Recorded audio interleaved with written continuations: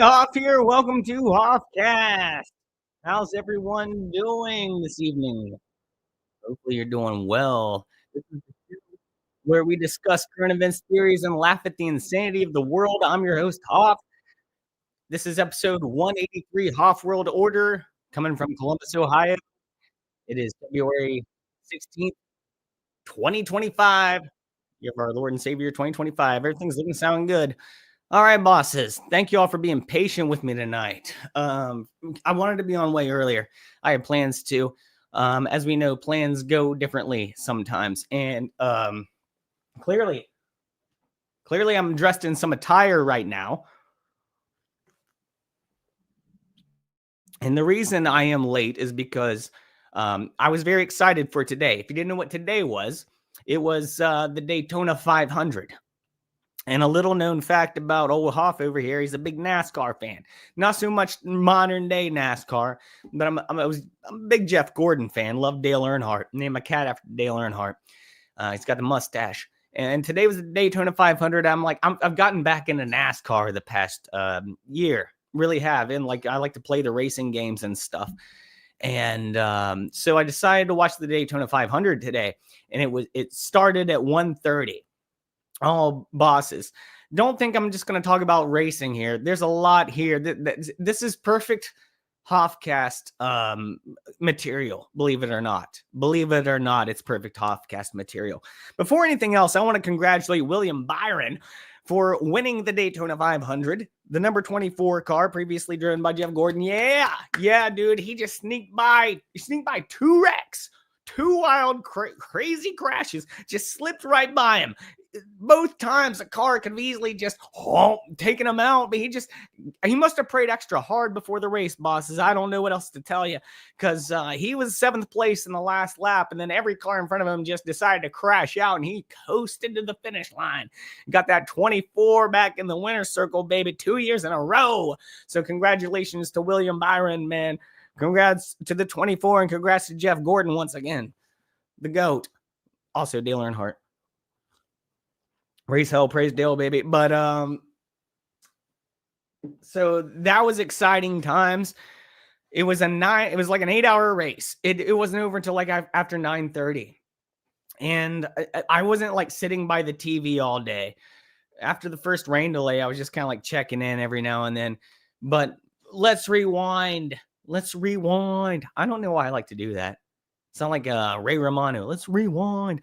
By the way, bosses, tonight's going to be a goofy show. Let me just tell you that. It's going to be a goofy show. I'm going to be goofy. I'm in a goofy mood. I don't really have any plans. I'm just going to talk and show random stuff, and we're going to have a good time. And half the time, these are the best shows that I have, are just the ones where I just rant and act crazy. So cheers to you, bosses. Let's go with it. I want to thank you all for being here.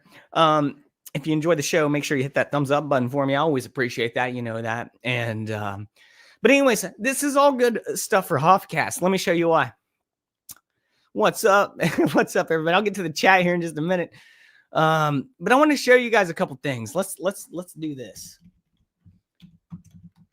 So we're going to, it was only the third time ever that a sitting president attended the Daytona 500. So people were pretty excited about that. And during the prayer, whenever the dude said the prayer for the drivers and everything, he said he prayed for the president. Everyone cheered. Oh, where'd it go? Dang it. I accidentally clicked out of that. All I have to do is bring it back up. There we go. So everyone cheered for Trump. Yeah, look at this. No, and of course the ad stuff. Everyone cheered for Trump whenever he came out there. It was pretty wild, man. It was cool. I don't know if he stuck around for all 9 hours of the race, 8 or 9 hours. Cat wants to be on camera. Cat wants to steal the show. This is little Dale. His poor little ears fell off from frostbite after I saved him. Not because I left him out in the cold. I told someone that. I was like, yeah, I rescued this cat and his little ears fell off because of frostbite. And they're like, oh, you left him out in the cold? I'm like, no, I didn't leave him out in the cold. I saved him from the cold. I'm the one who took him in. It was too late. But he's safe and sound now, and he loves my lap. He loves to be warm. But anyways, so Trump shows up, and it's a big deal. He leads the entire field around the Daytona 500. It looked kind of like a funeral procession of sorts, to be honest with you. A bunch of, you know what I mean? It's like a bunch of black cars. Is this some kind of symbology for the future of America? I hope not. But it did look somewhat like a funeral procession of Trump leading the NASCAR drivers around the track. He said, "This is your favorite president. I'm a big fan. I'm a really big fan of you people. How you do this, I don't know. But I just want you to be safe. You're talented people, talented. You're great people, great Americans. Have a good day. Have a lot of fun. I'll see you later." And that's, I thought it was kind of cool that, I mean, he lives in Florida, so it wasn't like that it wasn't a far drive for him to go to the race, right? Like, if you're Trump and you live in Mar-a-Lago, do you even want to live in the White House? Probably not. Probably not. You probably want to keep golfing down in the nice weather, dude. The weather in DC is probably not that great. Let's be honest. You probably don't want to be there. And Trump, he's a man who he's a player. You know what I mean? He's used to he's like a Miami Vice kind of guy, or like a Grand Theft Auto Vice City sort of fellow, where he wants the heat, even though he's built his empire in New York. That's just like a separate, that's where his funds are, That's where his funds are. He is a New Yorkan, though. The New Yorkans. But anyways, yeah, Trump was at the Daytona 500. He left the track during the rain delay and returned to Air Force One to head back to West Palm Beach, Florida, where he's staying. See, I told you. He's not going to the White House. He's going to Florida. Anyways, with all that being said, we're gonna go to something else about this here in just a moment, which is gonna tie everything in. But I want to just thank everyone for being here. Let me say hi to the chat. I want to thank you all for being here right now. Jim, what's up, buddy? How you doing? Good to see you, Jim. Tony NASA, what's up, my NASA? I want to thank Tony for the thumbnail art for this week's episode and also the past few episodes. Me and Tony have had this idea where whatever the dumbest topic of the week is, we're going to post my dumb face on whatever it is. And that's how we're going to make fun of it. And we're going to make fun of me, and we're going to make fun of whatever it is. So it's fun for everybody. So this week, my face is on the Red Hulk, which we will get to in just a moment. I'm not going to give you a movie review of Captain America. Don't worry. We're not going to talk about the movie. All right? Because I'm not going to watch it. No, and this is not, Hoffcast is not a movie review channel. I've always said that. We do not do reviews. We do not do reactions here. We talk about things that surround things. We talk about current events and theories, but I will never come on here and rate a movie, give it a number or a little score or anything like that. It's not what we do here at Hoffcast. If I ever do that, you bosses better call me out on it and tell me, hey, you better straighten out and fly right, Hoff, because this isn't what your channel's about. You're not going to be like all these other clones out there. That's not what we watch you for. We watch you because you're different. You give us something else that the other guys don't, But anyway, yeah, so I want to thank Tony for the thumbnail, the Red Hulk thumbnail. Big Buds, what's up, my man? How you doing, Big Buds? Cheers to you, brother. Papa Cotton Ministries, how you doing, man? Good to see you as well. We got Daytona Falls, which is funny because today was the Daytona 500, so you got here just at the right time, Jake Carr, he says, I thought you left your cat out in the cold, not gonna lie. No, I've never had a cat until now. I saved him from the cold. He's lucky he's not dead. He could have been dead if not for me saving him. And that's why he's like Chewbacca. He's like he's like a life debt to me now. So he just clings to me. And then we got, of course, Based Brooks. What's up, Trollmonger? I like that new name, but of course you're Based Brooks. Yeah, I want to thank you all for watching tonight. Like I said, it's going to be just a random fun show. I really I have no notes. I'm going into this no notes tonight. All right, no notes. We're just raw dogging it out here, just having fun, raw dogging. You know what I'm saying? So we're just going to talk about a lot of fun stuff. I've been drinking all day because of the Daytona 500. I'm like 15 beers in, and you can't even tell.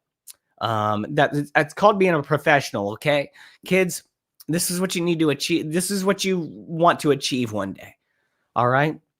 I'm not really much of a day drinker, but today I pulled it off. You know why? I slept for like 12 hours last night. I slept for so long that I woke up and my back hurt. Oh, for a while. I had a tight back like I was some king of queens. My eyes getting weary. My back is getting tight. Sitting here in traffic on the Queensboro Bridge tonight. You know what I'm talking about? Anyone else like King of Queens? I do. All I know is all I want to do. Catch my ticket and drive on home to you. Baby, all my life I will be driving home to you. Damn, it's a good show. You know what I'm talking about? Yeah. Dude, the Scientologist chick is hot too. I mean, she was hot even though she was Scientologist. I think she got out of the Scientology. Actually, I know. I've done my deep dives on that. Good for her. Good for Leah Remini for getting out of the Scientology. You know what I'm talking about? Nobody needs to be involved in any of that. See, people get real weird when I start talking about Scientology. It's weird. It's always like the room gets real quiet anytime I bring it up, even whether it's here online or in public. Anytime I'm like, Scientology is kind of weird, right? People just shut down. People just shut down. It's like we're not talking about Judy. We're not talking about Judy out here. You know what I'm talking? You know what I mean? We're not talking about Judy. We're talking about Scientology. We're talking about L. Ron Hubbard, this guy who wrote some books. Dianetics. You know, he's talking about volcanoes and aliens and what are they called? Midichlorians. Thetans. Check your thetan level.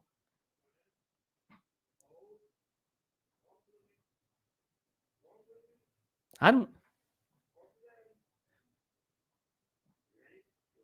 Someone's outside my door talking. I think they have a pet out there. Yeah. Anyways. Yeah, it's just my neighbor taking his dog out. Thank goodness. I thought it was police for a second, man. I'm like, I'm not doing anything. I'm not doing anything wrong. Then I'm just talking about Scientologists, and they're already at my door. Dang. But Kronos, what's up, brother? How you doing, man? How you doing? But hope your all statin levels are high tonight. Hope you all got your midichlorians a going. Yeah, Jake Carr swatted. I was afraid I was gonna be swatted. Mr. Mackey, what's up? He says, hi, Hoff, I'm drunk. Man, well, cheers to that, brother. Cheers to that, brother. It was a good day all around, man. Like I said, you know.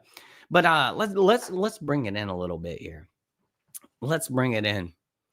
So this week, as I was talking about, Captain America movie came out, right? So there's this Captain America movie. And I got actually like fact checked on my last live stream just for saying that they changed the name of it from something to Brave New World. It used to have a different title. It was New something, World something, and then it was like Order. And then last time I mentioned that on the show, and that's all I said, they fact checked me on that. They're probably gonna fact check me anyway for some reason. Don't know why. Dude, they hate me on Hoffcast, dude. YouTube hates me. They hate me, dude. I don't know what I did to them, man. I mean, like, seriously, they hate me. Like, I got over 1,000 subscribers, and any video I put out gets like 20 views, bro. And am I really that bad? Am I that? Do I suck that bad?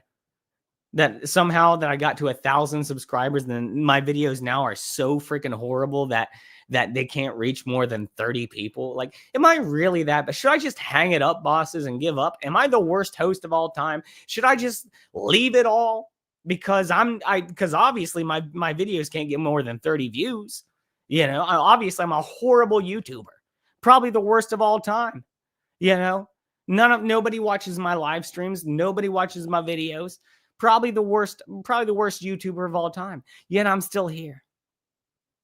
And I think that makes them mad. And that's why I like doing it, you know. That's why I like to do Hoffcast. You can't stop me, bosses. You can't stop me.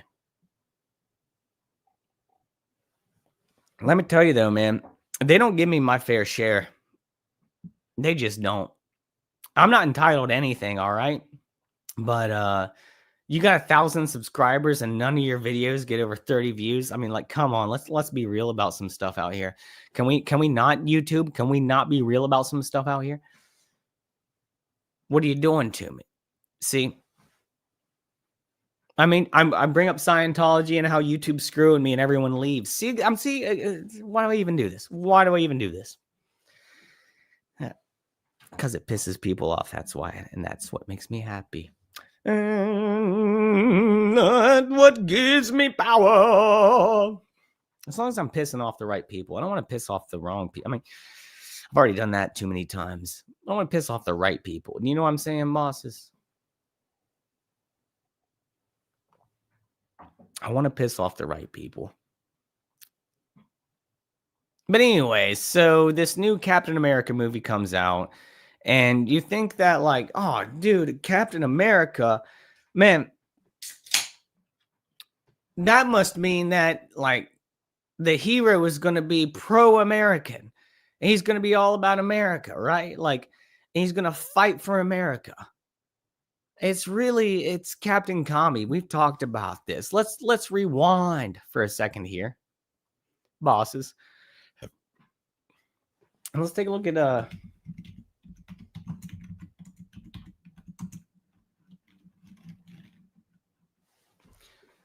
I think if I just go to X, it'll probably come up here. Anthony Mackie represent America.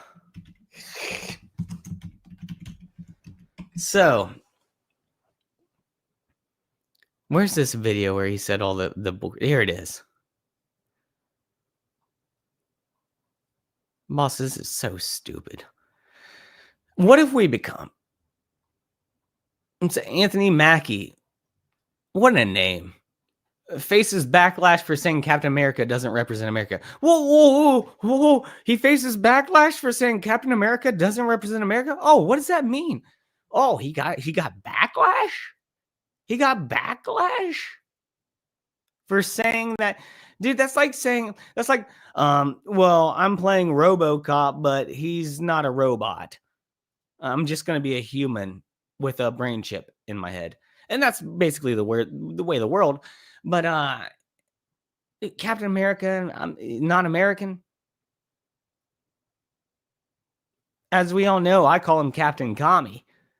Because this is all pinko commie rag right here, dude. America represents a lot of different things. And I don't think the term, America should be one of those representations. Like, it's about a man who keeps his word, who has honor, dignity, and integrity. Okay, so he could have said all the other things. What he should have said is, what I think Captain America represents is America first. And also, he's an honest man who does the right thing. Not, he doesn't represent America. Like, this is communism, dude. That's why they put this guy in it. And they took Steve Rogers out. Integrity. Someone who is trustworthy and dependable. It's kind of... He's just describing a good friend at this point. He's not just... Captain America is not... He's a good friend, yes, but he's more than that. You know what I mean?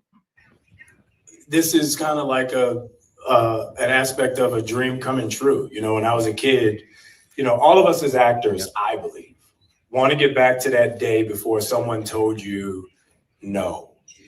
When you look out your door and you see a 5-year-old kid with a stick and he's slaying dragons to save the princess in the tower, that kid really believes there are dragons out there. That stick is really a sword and he's really trying to save that princess. And then hold on, I'll let him finish. One day, somebody told him, no, there are no dragons, that's not a sword, and that princess is not there. And all of his little dreams were dashed. So this guy still thinks he's living in the land of make-believe. What? What is wrong with these people, bro? These people are psychotic. I mean, that's a big word salad that he just threw out there. A bunch of nothing, but towards the end, he's like, I want this movie to be like when you were a kid and you were still slaying dragons and nobody told you no. What the hell is going on? This is some real pinko commie as an rap. actor, I feel like our job is to get back to the day where we see that dragon and we slay that dragon to save that princess. Oh my gosh. And that's kind It's so bad. and I don't think the term, America should be one of those representations. It represents a lot of different things. And I don't think the term, for me, Captain America represents a lot of different things. And I don't think the term, America should be one of those representations. Like it's about and not just to think about, a man who keeps my his word. freedom is being kind of disturbed here. No, screw your freedom. Dude, I'm so sick of Hollywood trying to tell us what to think and what to feel and who to vote for and all this shit, dude. These paid off motherfuckers. Dude, it upsets me to an extent that you don't understand. We try to have fun on the show, but really deep down, these people, Hoff looks at them like they're the devil because they are. They sold their souls, man. They've sold their souls, and they're nothing but puppets. Bringing me to my next point here, which, like, let's just take a look at this.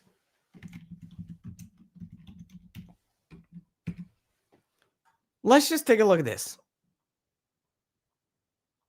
I want to thank you all for being here, by the way.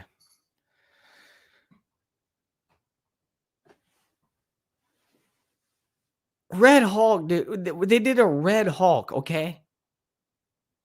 There's no spoilers here. I haven't seen the movie. I know what happens in the movie. I've heard all the spoilers. I'm not going to spoil it for you in case you want to watch a piece of crap. The pinko commie rag that the Disney's putting out. Marvel's putting out. But, dude, my point of this is Harrison Ford plays the Red Hulk. Harrison Ford plays the Red Hulk. Harrison Ford how old is he, dude? Is he like 80? Let's look up Harrison Ford. How old is he? 82!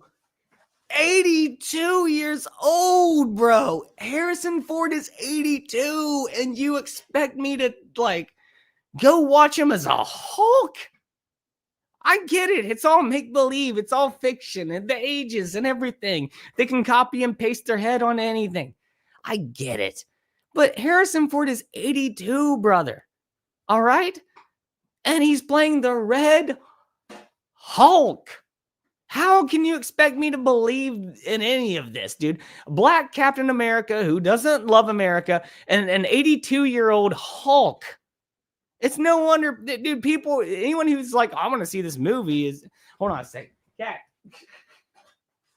Yeah.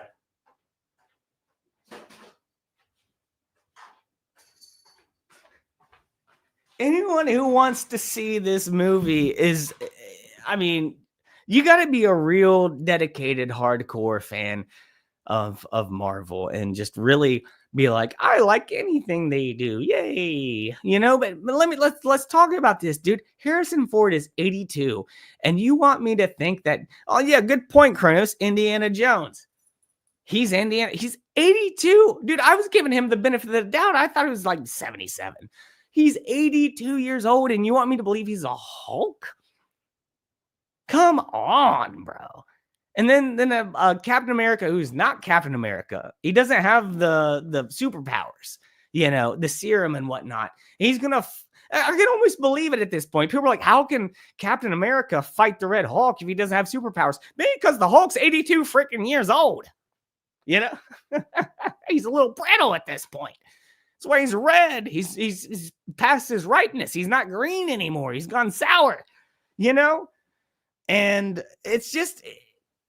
You see this, dude, and my point that I'm trying to make the point that I'm coming to here is the fact that if you're Harrison Ford and you're 82 and they're forcing you to be the Hulk and Indiana Jones, you've done sold your soul. You have. Do you think Harrison Ford wants to be doing this at 82? No. Here's what happened. He sold his likeness and the rights to his characters and everything over to Disney and other companies that own, Hasbro, the toy companies that make Han Solo and Indiana Jones action figures. They own his face. They own his likeness. They own his character. They also own him. So anytime they need him, they can just reel him back in like a fish. You know what I'm saying? This guy's 82. They're going to be reeling him back in until he dies. Poor motherfucker. Jeez, I like Harrison Ford, for the most part. And it's sad to see him just keep propping this guy back up. And the Red Hulk, dude. Come on, you couldn't get anyone else. You couldn't get like Matt Damon or something. I don't know, dude. Anybody a little bit younger. You couldn't get Leo DiCaprio. Of course, Leo DiCaprio. I don't know. Leo DiCaprio is the Red Hulk. That'd be pretty cool. That would have put some asses in seats. Too bad I don't work for Marvel, But it's just ridiculous. It's so. I mean, first and foremost, it's stupid. It's just all. Again, no spoilers or anything because I didn't see it, but I do know the plot and everything. But the whole thing is just stupid. Why are you doing this? Why are you just out of ideas? Of course, you're out of ideas. But why do you keep dragging it? Because they sold their souls, man. Harrison Ford done sold his soul, brother. And there's a few of them out there. It's like I see Scarlett Johansson's going to be in the new Jurassic Park movie. I was like, isn't she an Oscar winner? The last 8 Jurassic Park movies, nobody even gave a crap about. Did anyone go see there's so many of them. They're all the same. Does anyone even know one from the other at this point? The first one was good.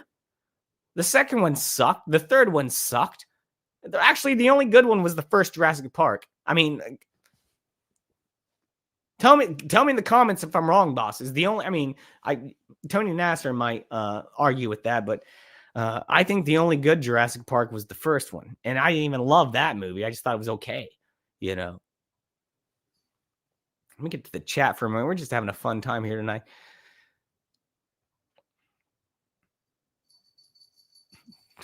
He's a fossil. He's talking about Harrison Ford. He's a fossil.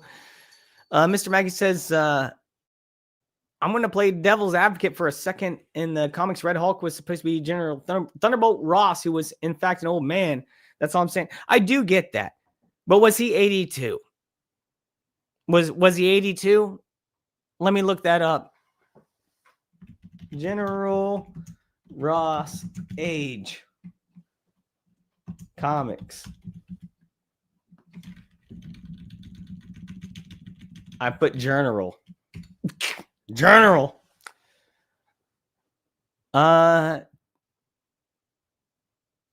Let's see. It's not saying. He says 27 when we returned from the war. But they don't say. I guarantee he wasn't 82, all right? I can't find an age for Thunderbolt Ross, but I guarantee he wasn't 82 years old like Harrison Ford. But it's funny how, dude, it's also funny how in the comics, they didn't do this in the movies, which they did this in the movie where Harrison Ford has gray hair and then when he turns into the Red Hulk, his hair goes black. I don't know. But in the comics, Thunderbolt Ross has a mustache, and when he turns into the Red Hulk, he doesn't have a mustache anymore. And when he turns back into human, he has a mustache again. How does that happen? Does it his skin grow so thick the mustache gets covered like an ingrown hair? Is that what's going on with it? Because I'm not sure.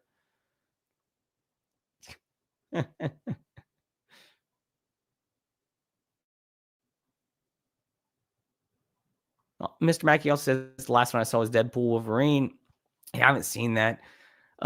Next one is Fantastic Four, but only because Robert Downey Jr. is going to be Dr. Doom. Well, I've got my issues with that. I've talked to Tony Nasser about this. That's the whole reason I don't want to see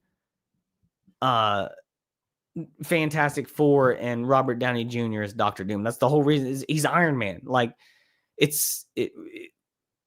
there's a million other actors out there, and I know what they're probably going to do. They're doing this whole multiverse thing where they're probably going to be like, it's Tony Stark from a different universe, and now he's Dr. Doom in this universe, and all the other universes have to come together, and probably even Robert Downey Jr. himself as Tony Stark, as Iron Man, has to fight Dr. Doom in the big battle. So it's probably going to be the final battle. You're hearing it right here. First, bosses, the final battle, I'm spoiling it for you right now. 5 years down the road or 2 years down the road, whenever this movie comes out, the final battle is going to be Robert Downey Jr. versus Robert Downey Jr. It's going to be Robert Downey Jr.'s Iron Man versus Robert Downey Jr. as Dr. Doom. And then it's going to be another big battle like Thanos. He's going to snap his fingers again, and he's going to make Dr. Doom disappear. Called it. Hey, mark this date and time right now. February 16th, 25. Hoff called it. Robert Downey Jr. versus Robert Downey Jr. in the final battle of the Marvel movies. Mark it.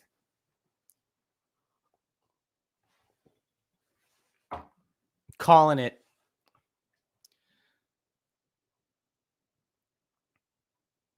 Let's see here. Yeah, I mean, you're right. You're right. Base Brooks, action movies in general below. They're not there for plots, you know. And we've gotten to a point where the plots really don't matter because they're all the same. They used to be good, man. Let me tell you, some good action movies were the Death Wish movies with Charles Bronson, the whole saga, dude, 1 through 5. Every single movie was, he went out to get some ice cream for his wife and kids, and then some gang kills his wife and kids, and he has to get vengeance against the gang. So one by one, he goes through and kills the gang. And every movie starts with ice cream for some reason. I don't know why. It's the same plot point, even in that series. It's like they were joking about it themselves throughout it. My favorite death in the Death Wish series is whenever he put the bomb in the soccer ball. Or no, maybe not even that. Whenever he put the bomb in the wine bottles and gave them to the Italian guys.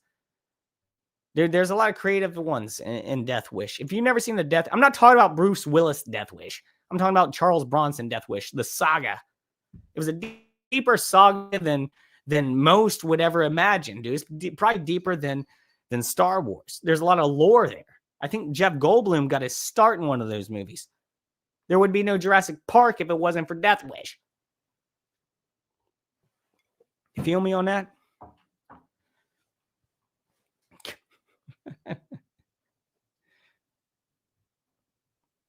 Yeah, speaking of, that's so funny.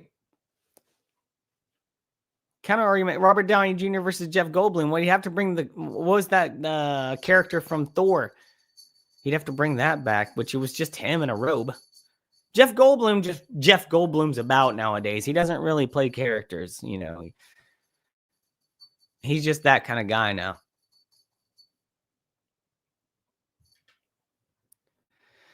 Jay Carr says, when I watch movies, all I'm looking for is predictive programming, symbolism, and hidden messaging. It completely ruins my experience. Yeah, I'm on a very similar point as you, myself, Jake. I'm pretty much at that level, dude. I'm not black pilled, but I'm red pilled to a point where I just see everything as like some sort of messaging or programming. People don't like when you tell them these things, man. They don't. They want to love their entertainment. And I do too, man. There's nothing wrong with that. But anyways, this cat just is glued to me. This cat just is glued to me, brother. But anyways, what I wanted to get back into was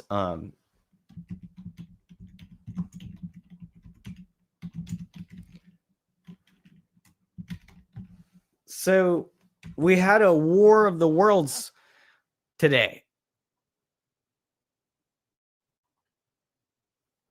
So this is the weekend that the Captain America movie comes out. And as I've been saying, it is also the weekend of the Daytona 500, which it happened today. And congrats to William Byron once again for barely pulling off that win. He must have prayed hard. But anyways, Look who else was at the Daytona 500 today.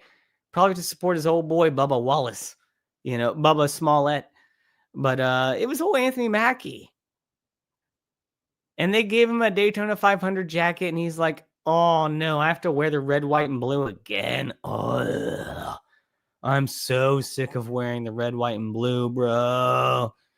Give me something with a hammer and chisel on it or something." You know what I mean? Like, or some yellow stars. Like, he's so sick of wearing the red, white, and blue. Look at him. He's looking at it like, "Oh, not again, dude. You really want me to put this on again?"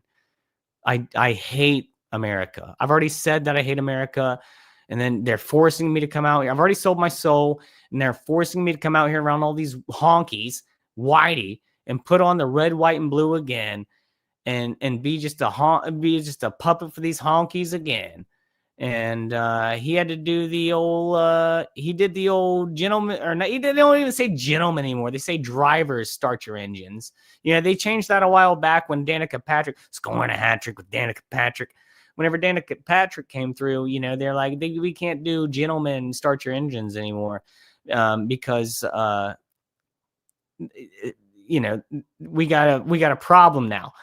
And this problem is going to cause a lot of problems on the racetrack for years to come. And her name's Danica Patrick. She's going to cause a lot of monetary damage to cars throughout many seasons because she shouldn't be on the track, but yet scoring a hat trick with Danica Patrick.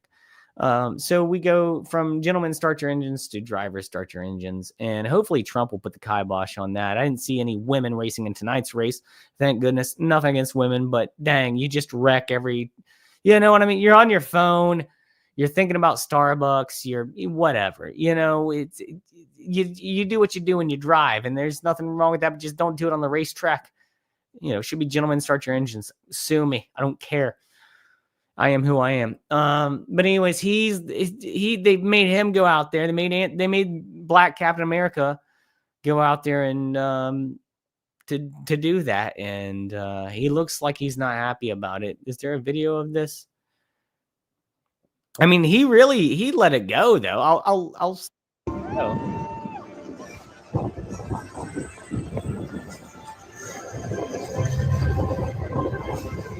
Don't worry, nobody's gonna recognize you, buddy. Nobody knows who you are.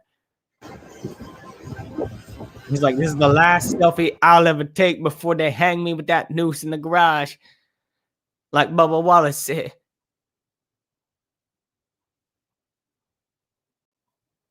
Driver! There it is. Start your engine! He did a good job. I'm not gonna lie. He did a really good job at it. All right. That was a really good one. It was no let's get ready to rumble, but it was pretty close, you know what I mean?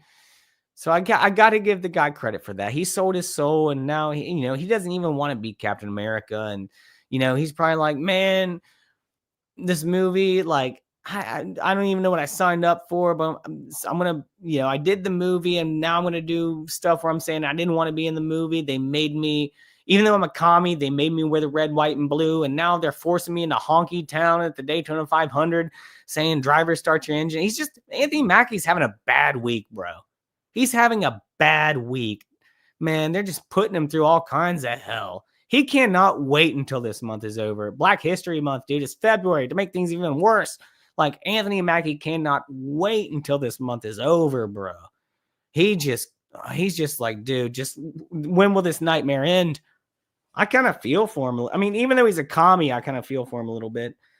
Because he did sell his soul, in order to be in this position. But he's going through it this week, Anthony Mackie, man.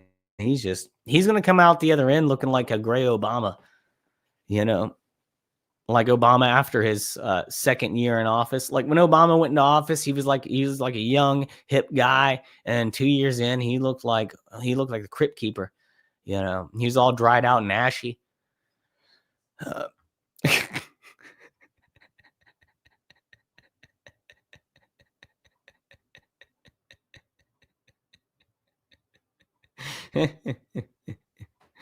Anyways, Let me get to the chat again for a second here. I like this comment. Mr. Max says, you're not wrong, but he was quite good in Wicked. I know you didn't see Wicked because you're not a home. Correct.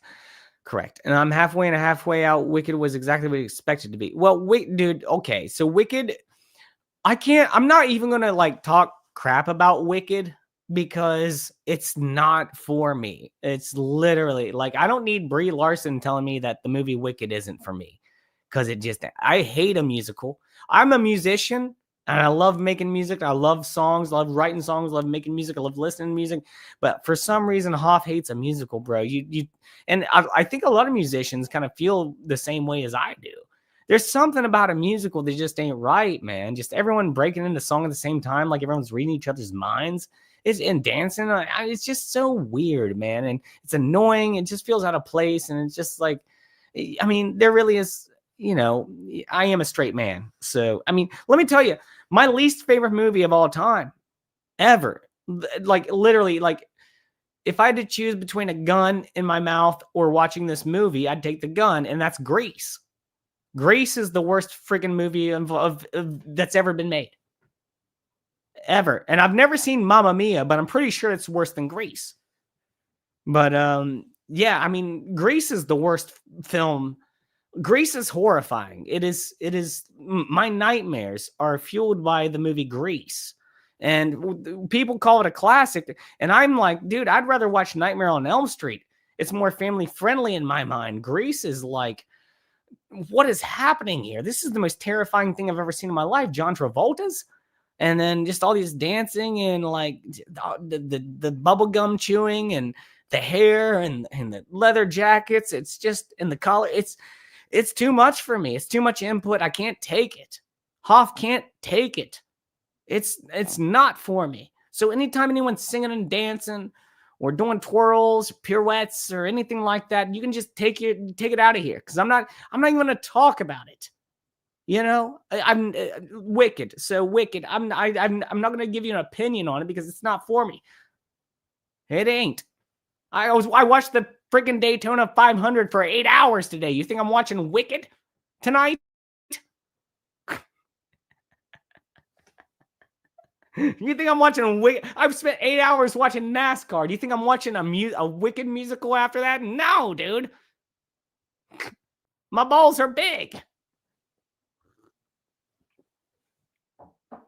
Anyways, I want to thank you all for being here. If you're having fun watching the show, or if you like the show, please make sure you hit the thumbs up button just because we're having a good time here. And I'm not asking for money or anything like that tonight. I just asked for the thumbs up button. It makes me feel good, and it really shows the YouTube who's boss out here, because they be shadow banning your boy like crazy. I got 1,400 subs and my videos get 30 views.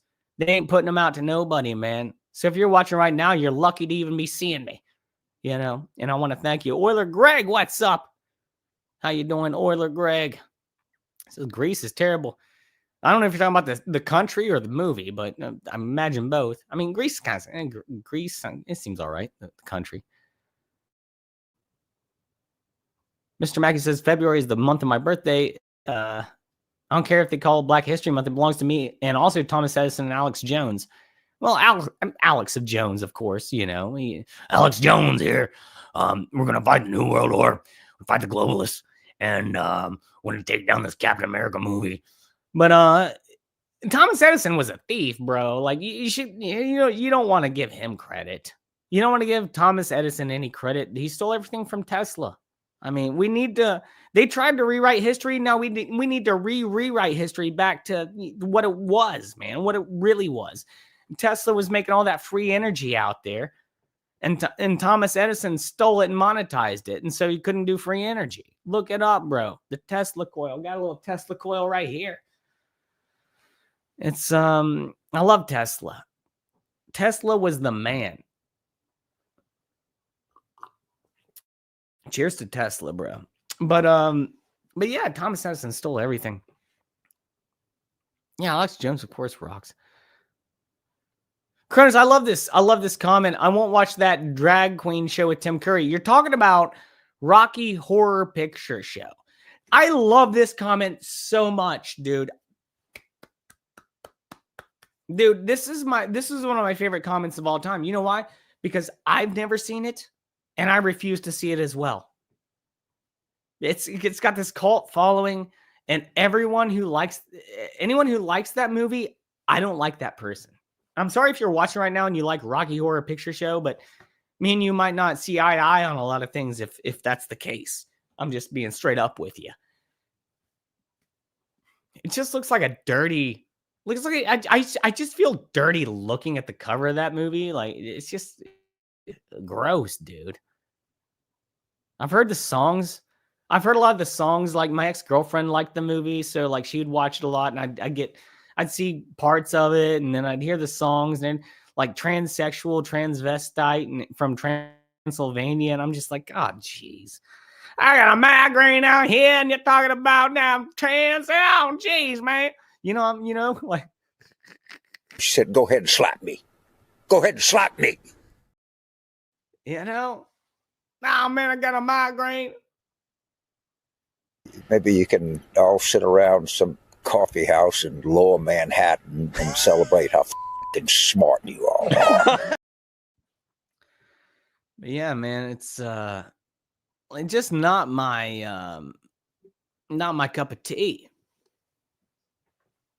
Hoff is like pretty much the manliest of men out there. If you were to put me in a ranking, I would be I'd be on the top tiers I'd be in like S tier of manliest of men. There's a cat in my jacket right now.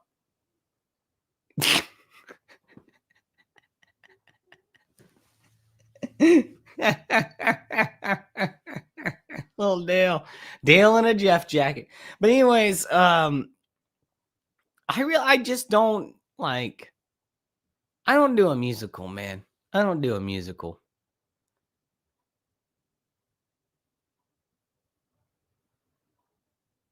Yeah, that Hairspray would be awful. Yeah, anytime anyone's dancing and singing in a movie, I don't want to see that, dude. It's embarrassing. It's embarrassing for all parties involved. I feel embarrassed. There's some people that don't, and I feel embarrassed for them. And I'm just like, why do we live on the same planet? Who are you? I'm not a stone cold hard mofo who don't have no fun. That's not what I'm saying. Hoff has a lot of fun. But man, my idea of fun is not sitting and watching John Travolta in a wig dance around, or John Travolta ever dance around. Saturday Night Fever, Grease, Hairspray, none of that stuff, dude. I don't want to see none of that. I want to see Mamma Mia. I saw Sweeney Todd, man. That was rough too, man. It's probably the easiest one that I've seen. The one with Johnny Depp, the Sweeney Todd, the demon barber of Skeet Street. And like, I was like, it wasn't the worst one I've ever seen, just because the movie was kind of entertaining. But like the music, the songs, when they break in a song, I'm just like, it takes me completely out of it. I don't want to see Johnny Depp dancing and singing either, dude. I don't want to see none of that. It's embarrassing for all parties involved.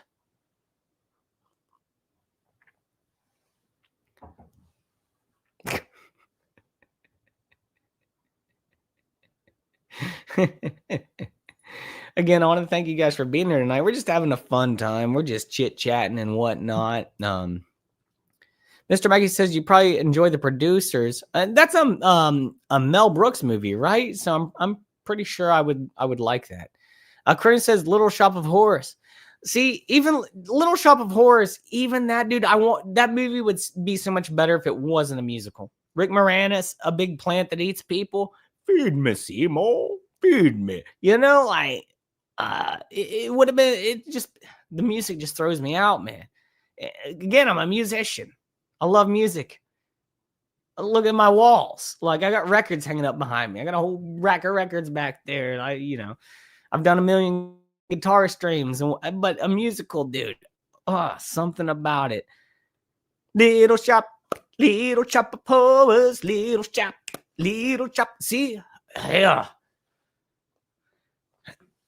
It's not that I'm not cultured. I know what I'm talking about.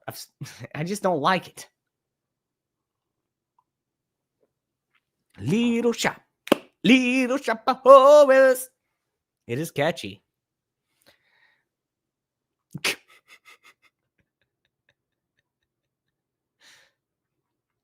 Yeah, I do like some Mel Brooks, though. I mean, I love Mel Brooks. I haven't seen all of his movies, but I've seen a lot of them. Little Shop of Horrors is a musical as a remake of a Michael Corman film. Interesting. So, Roger Corman. Yeah, no one would have fact checked you on that. Don't worry. Jake Carr says, I've admittedly done Rocky Horror Karaoke, but I was drunk, so sue me. Actually thought I nailed it. I'm sure you did, bro. I'm sure you did. Just because I don't like something doesn't mean you can't like it. That's not what I'm saying here. I don't understand, and I'll still be friends with anyone who has different tastes than me, because you know what? That's what being a human's all about, is learning and growing from other people and their opinions, and everything. I'm just telling you guys that like it's just not for me. You're not gonna see me like jive hands or nothing doing the Macarena. Oh, you're not gonna see me doing that. You'll see me sing. You'll see me do a lot of dumb things, but not that. Speaking of, hey, I wanted to tell you guys something real quick here.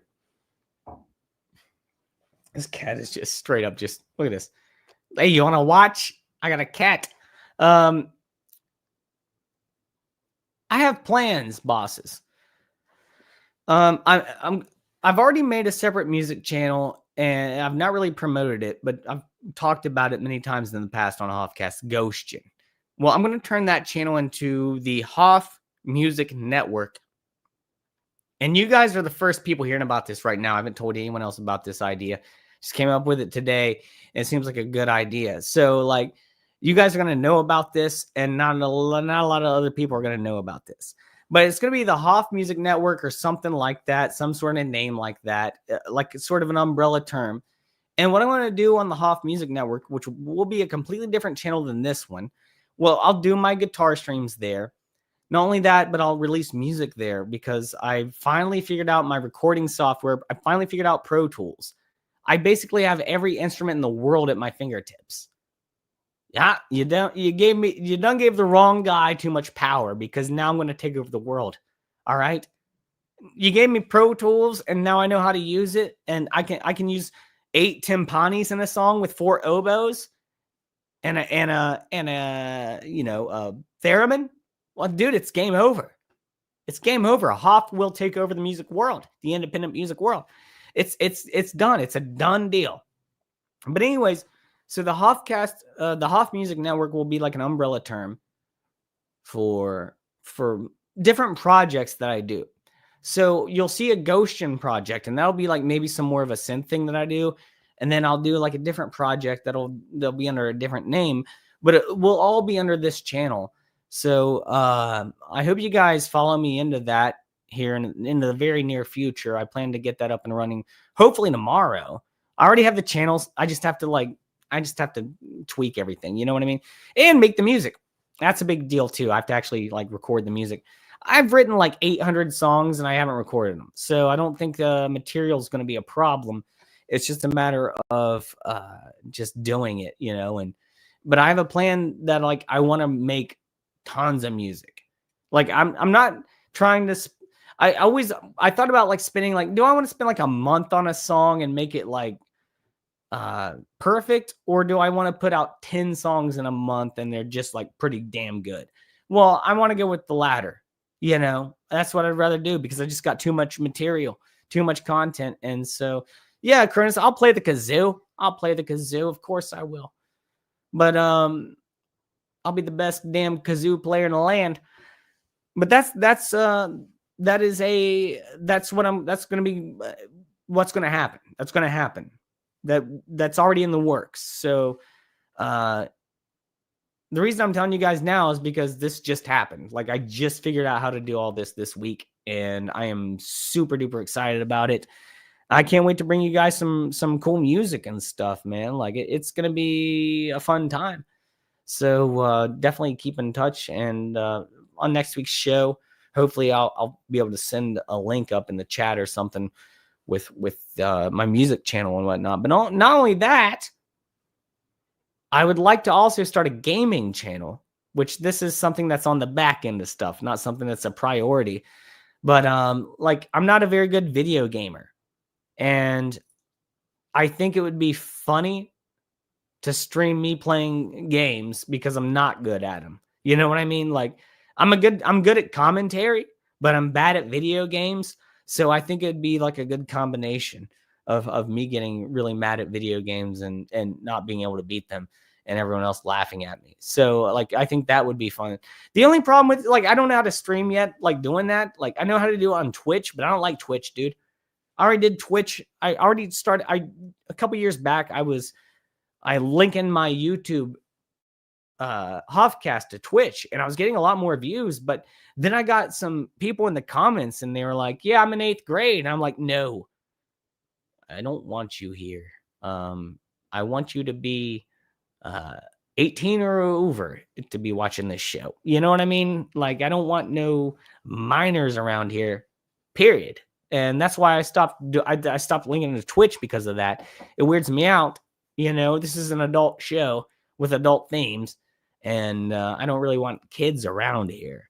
So it weirds me out, man. You know what I'm saying? It just freaks me out.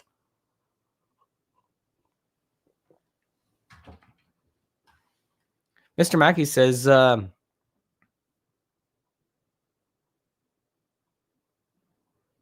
I'll get back to the chat here. Yeah.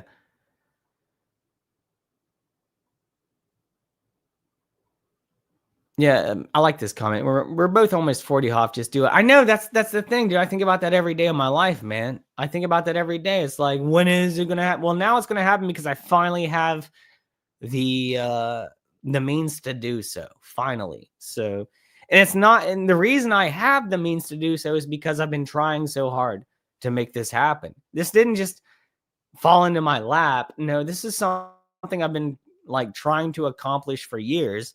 And I'm super excited about this. And you guys are going to see, you're going to hear, I'm not saying all my music's going to be good. Of course not. There's going to be some really crappy songs I put out, obviously, but there's going to be some gems in there too, man. That's all part of it. And this will be my first time like doing a completely solo project without anyone else's help or input. So that's also kind of scary too, because I got no one else to blame if it doesn't sound good. Yeah. Play a mean triangle. Yeah, absolutely, man. Put more cowbell. Yo, I need more cowbell on the track. It sounded great, fellas. By the time we're done here, y'all be wearing gold-plated diapers. I put my pants on. Just like you guys, one leg at a time. Except once my pants are on, I make gold records.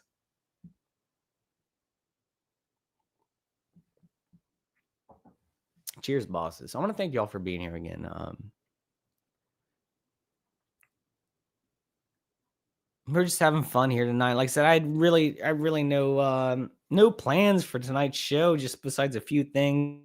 And sometimes these end up being the funnest shows because we just chat and look at funny stuff and whatnot.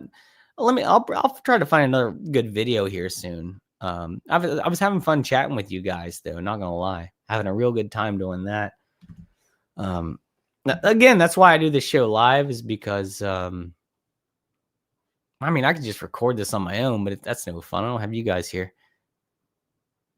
One is the loneliest number that you ever knew. You know. Let's see what's going on, man. Let's check this out.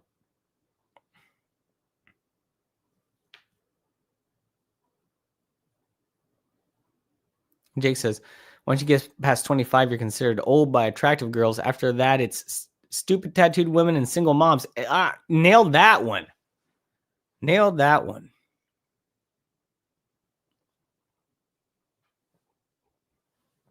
The thing is, Jake, the goal, Jake, is after you're 25 and you're no longer attractive to younger women, who are, you know, attractive. The goal there is then to accumulate enough money and have that midlife crisis where you buy that Corvette or, you know, any kind of like a convertible car. And you get you a nice Polo. And then you drive down the road and you drive down looking for hoes, you know, and that's how you get them. Because when you get older, man, of course they don't want you. But if you have enough money, they want you. It's no longer about love. It's about the money. And is it ever about the love, or is it always about the money? I don't know. That's pretty deep right there, isn't it, bosses? Yep. Hoff, it's not about the money. It's about security. Yep.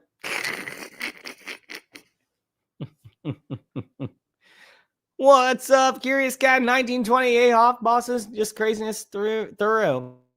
Work in the morning. Love you guys. Hey, love you too. Thank you so much for leaving a comment. Hope you're doing well. Speaking of curious cats, look at that. I got a cat right there in my jacket. Like I literally just have a cat in my jacket right now. Like I'm selling watches. Hey, you want a cat? Hey, you looking for a cat? Yeah, I got a cat here. I got my last cat right here. It's a good cat. It's a Rolex cat.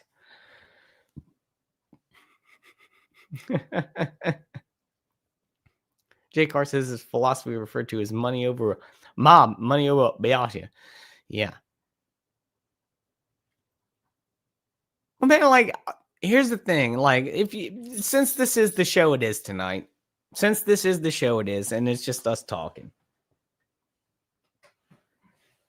Man, Hoff was in a relationship for 6 years. He was engaged.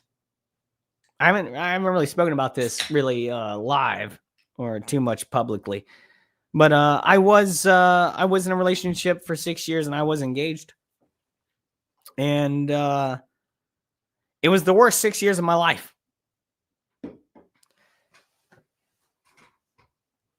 I'm not going to go into the details of what all was going on with that relationship.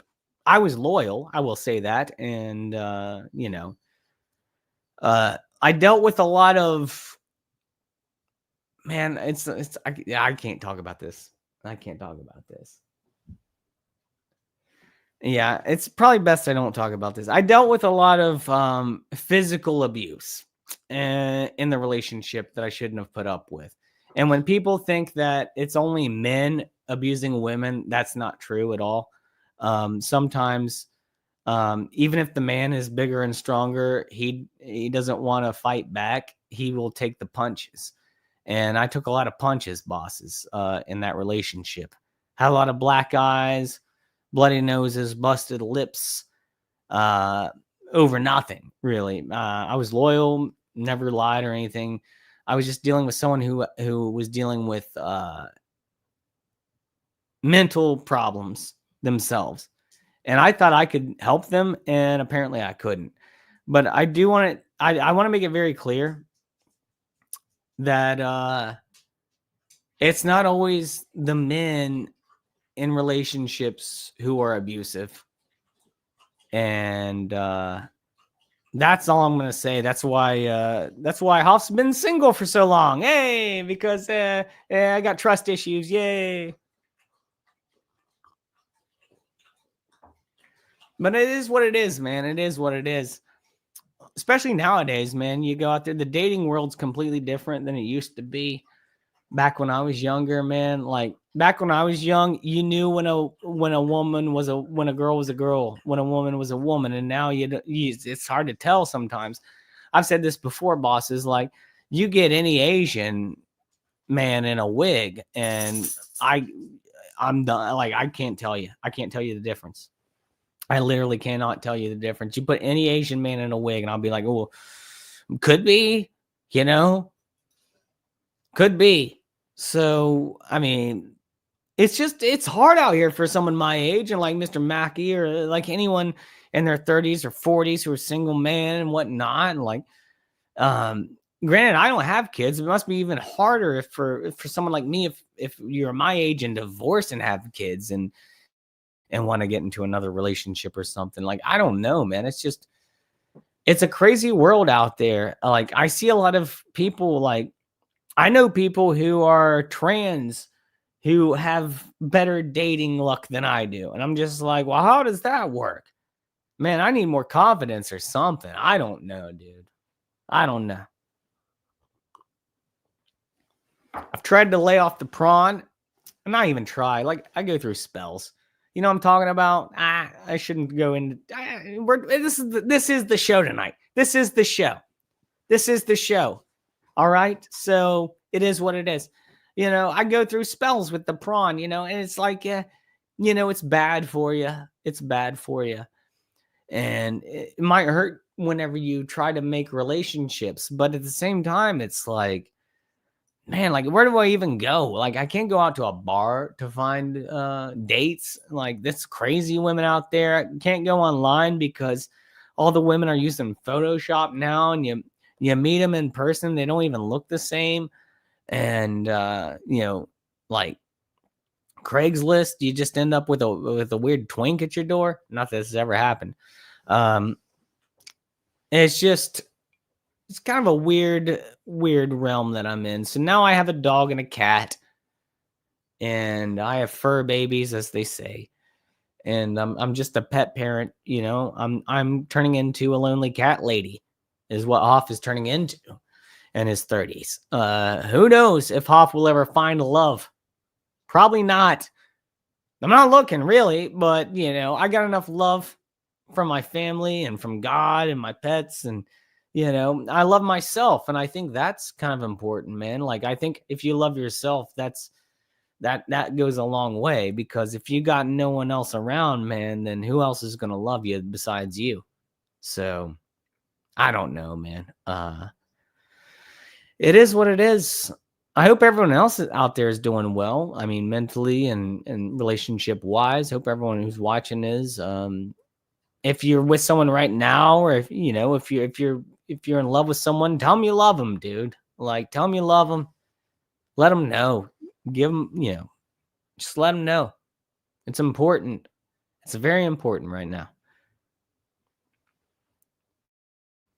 Kramer says, Hoff, you on Rumble? I think I have a Rumble account, but I haven't signed into that thing in months. It's like, I don't even know what to do with my content anymore. Like, I know what I'm doing, like, with my music stuff, but with Hoffcast is so weird with my shadow banning and the algorithms and everything. It's just like, sometimes I win big. I really do. And then most of the time I just lose horribly. Like, and there's no way to predict it. There's no way, like, I swear, like, some of the videos that I've worked the hardest on and put out on YouTube, no views. And then I'll just throw up a piece of crap, and it's like 400,000 views on a Corey Feldman video. You know what I mean? It's just, it makes no sense. There's no consistency or rhyme or reason to it, any of it. So, like, I don't really know what I'm doing. The reason I'm not, when I make the music channel, it's not because I think I'm going to become famous from music. That's not what I'm doing. In fact, I don't think a lot of people are going to hear any of it. I make music because I love making music, and if anyone wants to hear it, then that would be cool. And I want to put it out there, but, like, I really make music for me first and foremost. And I do want to share it with people, but I have no plans of like whenever I put my music out there for it to be like popular or anything. In fact, it'd be cooler if it wasn't, be a real hipster vibes to it. Like, oh, I was listening to Hoff before you ever was, But it's just so weird, man. Just like the whole game. I've been playing this game for a long time. And sometimes I get embarrassed at my numbers. You know what I mean? Because I've been in this game for a long time. I've been in this game for years. I've seen a lot of the people who started the same time I did go on, and they are doing far better than I am, obviously. And it's just like, I don't know what the secret, I don't know what the ticket is. I mean, I don't kiss any ass. I know a lot of other people do. I do see that quite often when you see people streaming together, and you can tell both of them kind of hate each other, but they're both doing it because they know it'll get them ahead. Well, I'm just really not about that kind of action. That's just not Hoff's style. But and that it's always a double-edged sword to me. But I just like I don't understand how it really works in the end. So all I can say is like, if you like watching the show, then help me out, share it out, hit the thumbs up button. Again, I'm not asking for money. If you just like the show, just share it out and tell people about it. Tell people to watch Sunday nights Hoffcast. We're doing it every week Sunday nights, right around like 9 to 10, most likely more like 10 p.m. I'm always late for some reason. I was planning to be here at 9:30, but the Daytona 500 went late. But again, I want to thank you all for being here tonight. Make friends in the chat. Hope you guys are having a good time. I'll put the link in. I'll put a link in probably here in just a little while if anyone wants to come by and chill with me for a little bit tonight. Because again, I don't have a lot of content. Obviously, I'm just kind of talking tonight. But if anyone will want to come by, I'll have you by. Speaking of content, we'll look at a couple things tonight. What is this? We're gonna do just no planning, just raw dog some videos here. And I've not seen this. Limp-wristed dude with a beard says it's time for Europe to invade America because of Ukraine. Aw, dude. I think I was talking last week about, well, everyone forgot about Ukraine. I guess this guy didn't.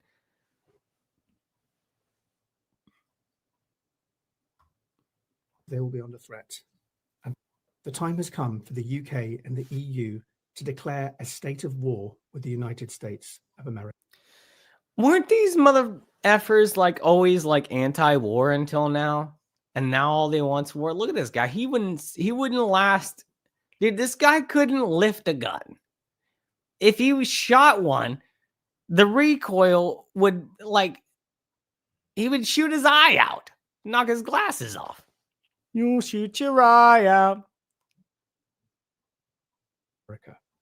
Ever since the fascist takeover by Donald Trump, Doge, and Elon Musk, There you go. America now represents a serious threat to democracy across the world, especially in the Western world. Who are you?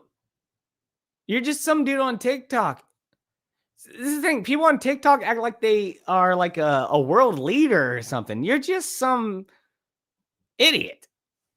This is why, dude, I've been saying this, man. Like, people don't like when I say this, but I don't care if TikTok goes under. I never had a TikTok account. Everything I've ever seen that ever came from TikTok has been crap. Everything. I've never seen one thing on TikTok that I was like, oh, that made my life better. Nah.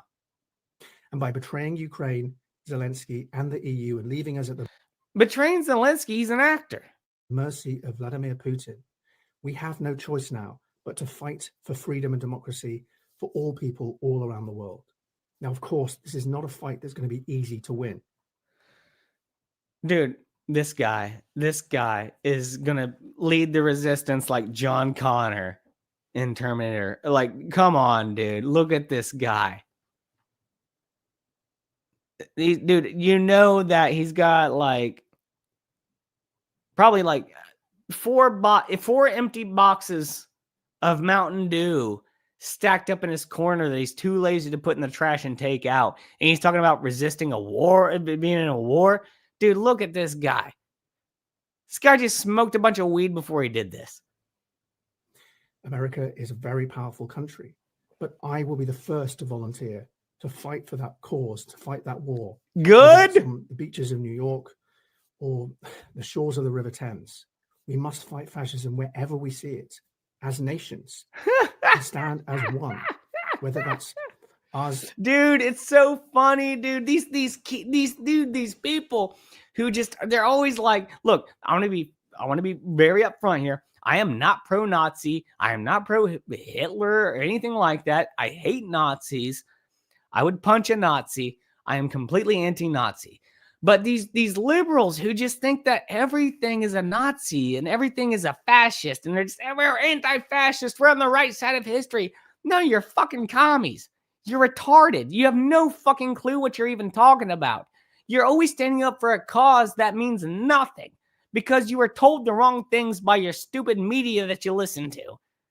Look, I hate Nazis as much as you do, bud, but you're fighting you're fighting windmills like Don Quixote. You're barking up the wrong trees. These people are so stupid. It blows my mind. And of course they're weak as hell. Like, look at this guy. I'll be the first to fight. Yeah, I bet you will. I bet you. No, you won't. Why didn't you join the military already? Huh?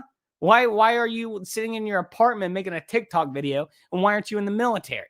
Because you wouldn't. You're all talk. You're no walk. You're all talk. Without America in NATO fighting Donald Trump's armies, fucking soy or cock. whether that's fighting Vladimir Putin, if we don't take action now and stand for our values, stand for our liberal left-wing values. Oh, the boogeyman. Oh, the boogeyman's going to get me. The boogeyman's going to get me. I'll be on the front lines even though I can't even lift a gun. Oh, then I believe they will be under threat and possibly destroyed. dude, I don't like this guy. Now, obviously, America is an God bless him, country, and that poses a serious challenge. But sometimes, dude, these people just make stuff up so hardcore. It blows my mind. Like, this guy, imagine living in this guy's head where he's so scared of everything, dude. And his entire existence is just living in fear of things that don't exist. Only because the media told him they do. And he thinks he's so, the weak people, they make up boogeymen because they don't want to fight the real problems. So they make up boogeymen and fight the boogeymen because they're not real enemies. Do you see how this works, bosses? It's not hard to figure out. The reason they make up enemies is because they can't fight their real enemies, but they can fight fake ones, and they can fight them all the time, and it's an ongoing battle that'll never end. And in the end, it always makes them seem like they're on the right side of history. These people are literally the definition of insane. It's like, would you say like someone's crazy when they keep doing the same thing over and over and they don't understand it? This is these people.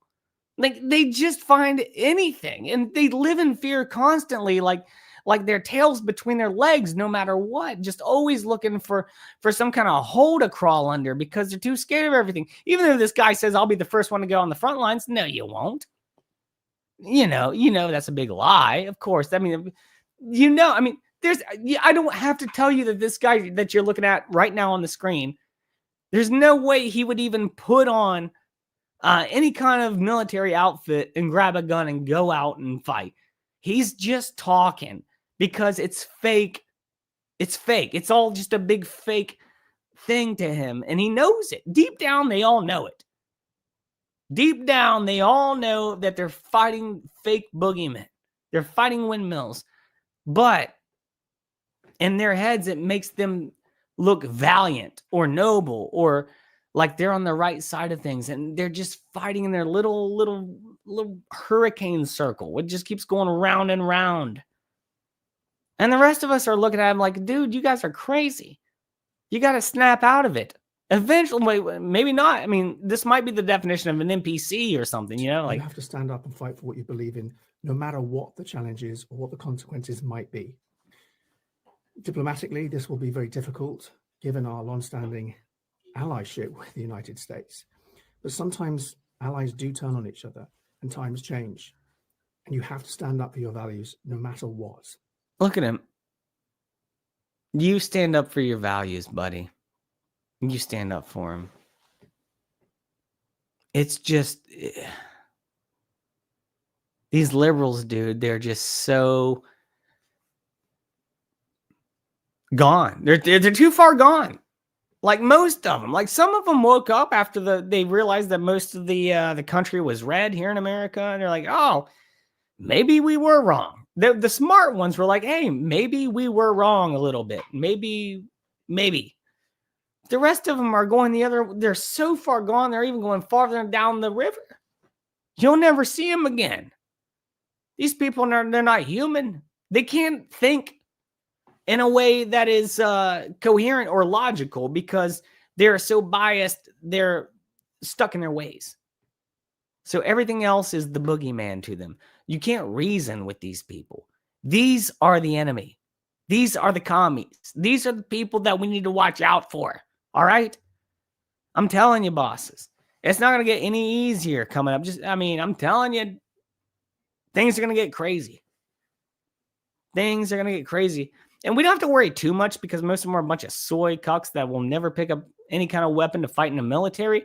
But we do have to worry about, like, they do real shady stuff. Like, you know what I'm talking about. I'm not going to even say it, but they do shady stuff where they go in and unannounced and kaboom. Like they don't fight real fights. They don't square up hand to hand. No, they do real shady stuff because they're cowards. The cowards.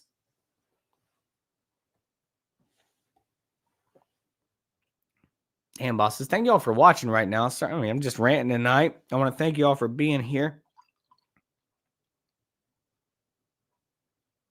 Make sure you hit the thumbs up button for me, man. Like, that means a lot. I say that a lot, but it does mean a lot to me. Whenever I see a video back, I'm like, hey, man, this many people hit the thumbs up button. I made that many people happy during that show. That means a lot to me. Because I'm just here to entertain you and talk about stuff and chat and whatnot.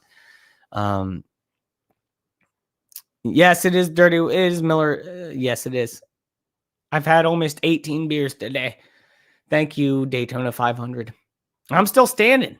I'm not even slurring too much. I'm a pro.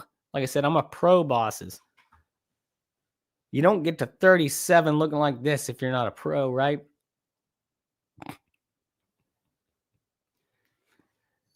Anyways, what else is going on here with I might do a couple more little articles, and then I'll throw the old link on there if anyone wants to come by and chat with me. I saw one earlier. This one. I don't know if this is safe to show, but hey, we're having a good time. I won't show the whole thing. It's a Pakistani dude turns into Ghost Rider while spitting fire at a parade. I did see this one earlier. I did watch this one earlier. It's like I watched like 2 videos there. This was one of them. People are dumb.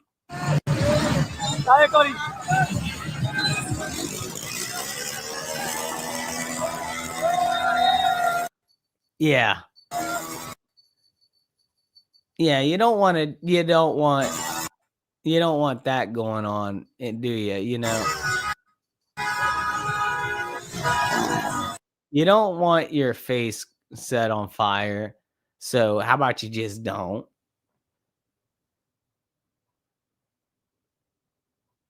I don't get it, dude. I just don't get. It's like, dude, so here's the thing. We've come so far as humans. We started out with survival instincts, right? Yeah. Just like you. Survival instincts. So we started out with survival instincts. And now we've gotten to a point where we have it so good that our survival instincts are gone. And now we're like spinning cars around lots, knocking people down and throwing fireballs in our mouths and doing all kinds of crazy stuff. Like like what happened to our sense of survival? People just do the craziest things. Hey, hey everybody, I'm going to set my face on fire. Hope y'all enjoy it. I don't know, man. People are crazy. I did want to show this though. You know who else was at the Daytona 500 today?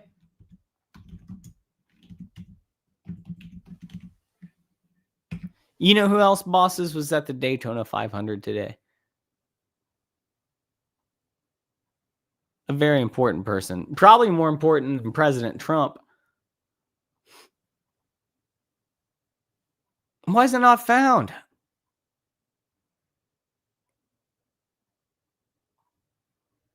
The Rizzler. The Rizzler was at the Daytona 500, bro. Just killing it out there. The Rizzler just killing it, bro. Let me tell you, man, the Rizzler, he's going to have a rough life. That kid right there on the right, the Rizzler, he's got it made right now. And I think he's a cool kid. But let me tell you, man, 10, 15 years down the road, he's going to have bad drug problems. He's probably going to talk about some Diddy parties that he might have attended. And, I don't see it going well for him. He's probably going to be doing some YouTube videos where he's crying. But I wish him well. I do. Like them Dylan. I wish him well. Man, imagine being a young fella full of charisma, the Rizzler, and having it all at your feet.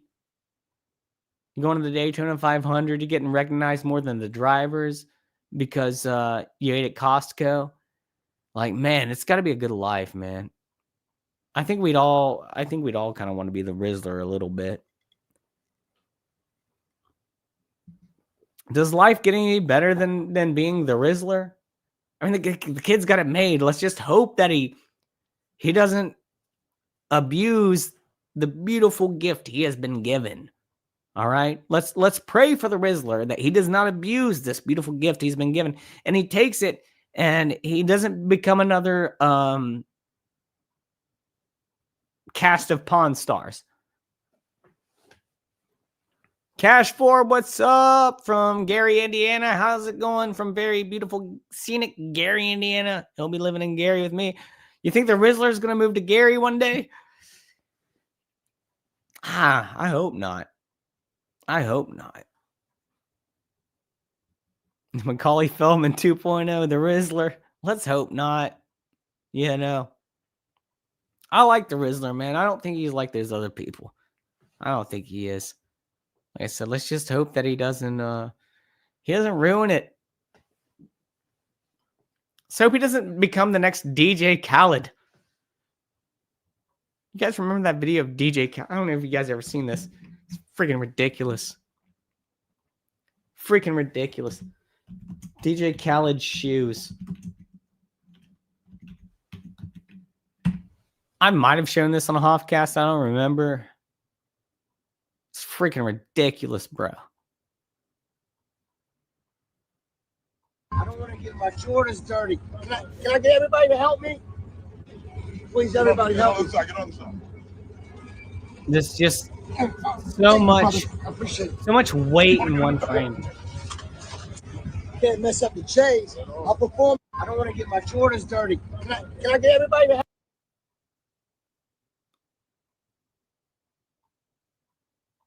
I don't want to get my Jordans dirty. Can I get everybody to help me? Please, everybody help me. Well, they carry him all the way to the stage. Thank you, brother. I appreciate it. You want to go in the back? They carry his fat ass into a truck. Dude, his shoes don't get dirty. Performing live right now. And then they carry his fat ass to a stage. Like, this is the Rizzler in 10 years, bro. I swear to you, this is the Rizzler in 10 years. It's DJ Khaled. He's going straight into DJ Khaled mode. I don't want to get my Jordans dirty. Can I get everybody to help me? Please, everybody help me. You know? Ever see DJ Khaled get stuck on a boat?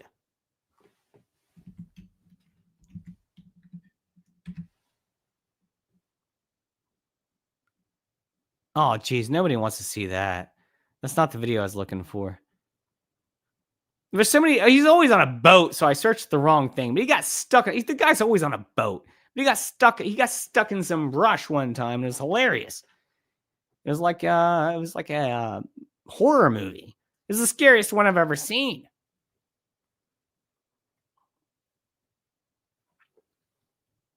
It's this very scary movie. Anything with DJ Khaled's pretty scary.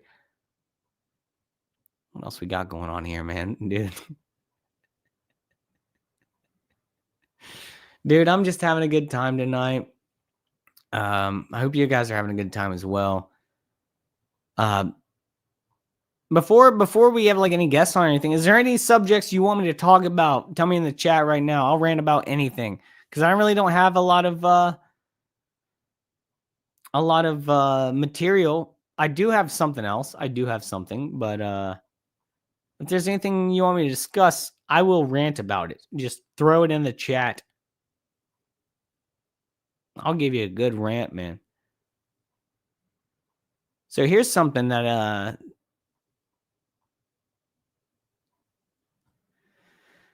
dude, so a lot to say about this. The Republican, Trump is making people go back to work. And there's a lot of people in Columbus that are pissed off because they have to actually go back to the office. They can't just sit at home all day smoking weed and eating Cheetos. And they're like, Trump's a fascist because he's making me go to work. It's like, dude, you've just been on the government's dime for quite a while now. It's time to pay the piper, right? Like, and then you're acting like he's a fascist. And also, could you mention some of the things that your team has found, some of the crazy numbers, including the woman that walked away with about 30 million, Right. et cetera? Well, we do find it sort of rather odd that there are quite a few people in the bureaucracy who have ostensibly a salary of a few $100,000, but somehow manage to accrue tens of millions of dollars in net worth while they are in that position, which is, what happened to USAID. We're just curious as to where it came from. Maybe they're very good at investing. See, that's what the Democrats are very terrified of. And now they're making up excuses. I saw something earlier today where this lady was like, well, he's not actually pointing anything out that's not like hidden. Well, that's the point, right? Like, I mean, seriously, like it's been out in the open for years and he's just like, yeah, let's get rid of this. You guys are leeching. In which case we should take their investment advice, perhaps. But just they seem to be mysteriously, they get wealthy. We don't know why. Where does it come from? Well, typically, like the Obamas or the Clintons, they'll be like, we wrote a book, and that book was the New York Times bestseller, and that's how we made our millions. And then we went on a book tour, and that we made millions off of that. Not true, but allegedly. And I think the reality is that they're getting wealthy at the taxpayer expense. That's the honest truth of it. So, we're looking at, we just. Well, I guess that was it. That's why the Democrats are panicking right now. Seriously, it's because they're finding out that all the taxpayers' money are going in their pockets. It's not that hard to figure that out. Now, meanwhile, like I'm not an idiot, dude. Republicans also like to take taxpayers' money. It goes both ways. It really does. So you can obviously point at Republicans doing the same thing, but the pendulum should swing this way because they're like pointing out things like we're giving money for propaganda in Sri Lanka or some crap like that. Allegedly, why is my money going to that, dude?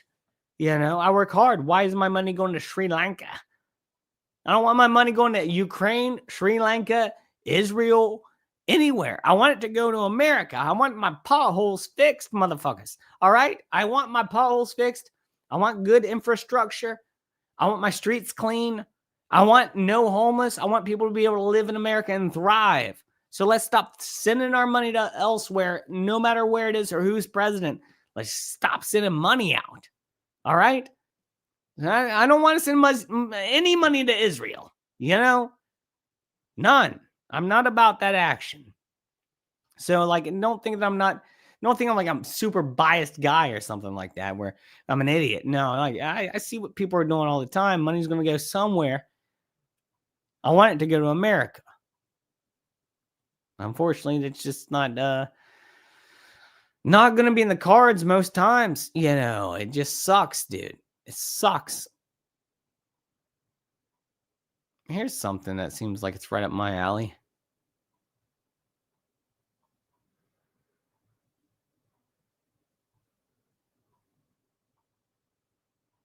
Let's see here.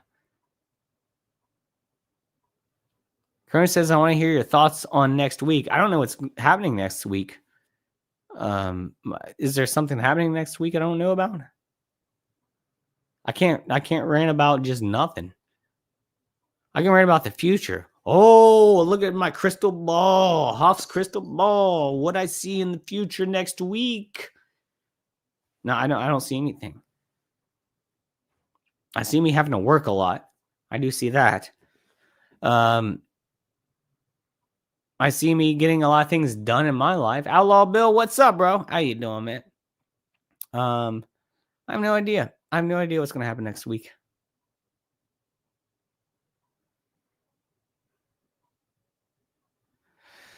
Oh, let's see what else we got. Here it is. Now, dude, it's weird that we got this crazy war going on between USA and Canada. I mean, we should just make Canada the 51st state. Let's not lie. You know, just do it. Just do it. They're already called North America. All right? Canada is already called North America. You can't deny that. So let's just go ahead and make it the 51st state. You know, it's already the Gulf of America now, not the Gulf of Mexico. I'm all about that action, bosses. Love it. We got these, yeah, it's exactly base. Let's go for Greenland.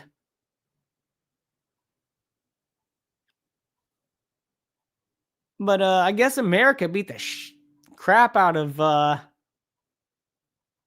Canada recently during these nations face-off games that are causing me to not see my favorite team play for the past 2 weeks because of this BS. I hate it. Underway, and the gloves. I love fights, though. I don't know. That was pretty even. That was pretty even, bosses. I don't know. That was a damn good fight, though, man. You don't see that often, like where they go at it like that. I love it.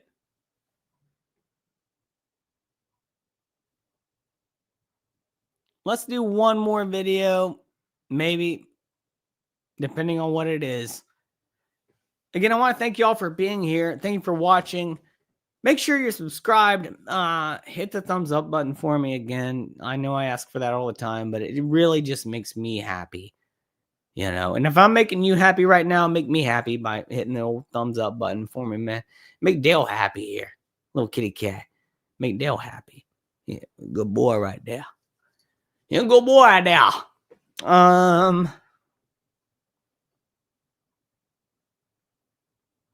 Let's see if I got one more here that I can show. It's so hard to you know, show a video from VidMax because they're risky. They're risky videos. Probably why I'm shadow banned, honestly.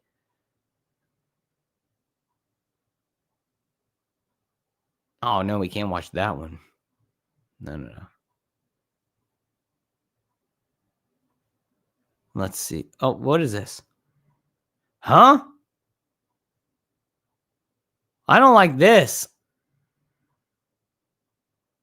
All right, bosses, we do have one. This affects me personally. True, that is Dale Earnhardt Jr. in honor of NASCAR today. Raise hell, praise Dale. Too many commies. The commies are infiltrating, man. The thing is, the commies are saying it's Nazis. It's really the commies. There are no Nazis. There's a few Nazis out there, but they're weak. The Nazis are weak, bro. Or they work for Disney, allegedly. They're not out there on the streets or out there, you know, in fields. No. The commies are, though. The commies. Let me tell you. It's unbelievable the way that the commies are like, F the Nazis. What a world we live in. Whereas that's the fight. Commies versus Nazis. Even though the Nazis don't really exist. All right, allegedly. Here we go. Ohio lawmaker. I live in Ohio. Ohio lawmakers propose a law that makes it illegal for men to ejaculate without the intent of conception. I live in Ohio. I jerk it. The hell is this? Sponsored by Democratic state representatives Democrats! Anita Somani, an OBGYN from Dublin, and Tristan Rader of Lakewood. The whole entire point of this bill is to call out the hypocrisy of particularly the state legislature when they bring forward bills to regulate women's bodies. Now, there are... So they're so mad about abortion rights that they're making it so men can't jerk off without getting arrested unless you are impregnated a woman. Holy shit, this really is some 1984 shit. These people are fucking insane. I live in Ohio. I jerk off. I have a problem with this. Exceptions to the proposed law, which include sperm donation, contraception, and members of the LGBTQ community. Men face a maximum $10,000. No, I'm not paying $10,000 every time I jerk it. Fine after the third offense if they have sex with a woman without the intention of conceiving a child. Men have the same rights no matter. Look at this bitch, dude. Look at this bitch. Oh. Dude, you can just look at that face and you just see bitch written all over that. Where they go in the country, women have rights based on where they live. It just misses the most basic biological facts and leans in towards middle school humor. Austin Beigel with End Abortion Ohio calls the proposal disrespectful to the pro-life community and a waste of state resources. They have to review it when they file it. They're going to have to stick a legal team on it, wasting time on that and delaying other bills that are trying to be reviewed as well. ABC6 asking viewers about the proposal in an online poll. 26% said it's a good idea. 74% telling us it's a waste of time. This may be considered a waste of money by some people. But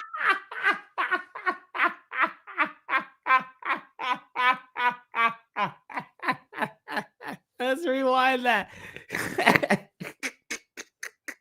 26% said it's a good idea. 74% telling us it's a waste of time. This may be considered a waste of money by some.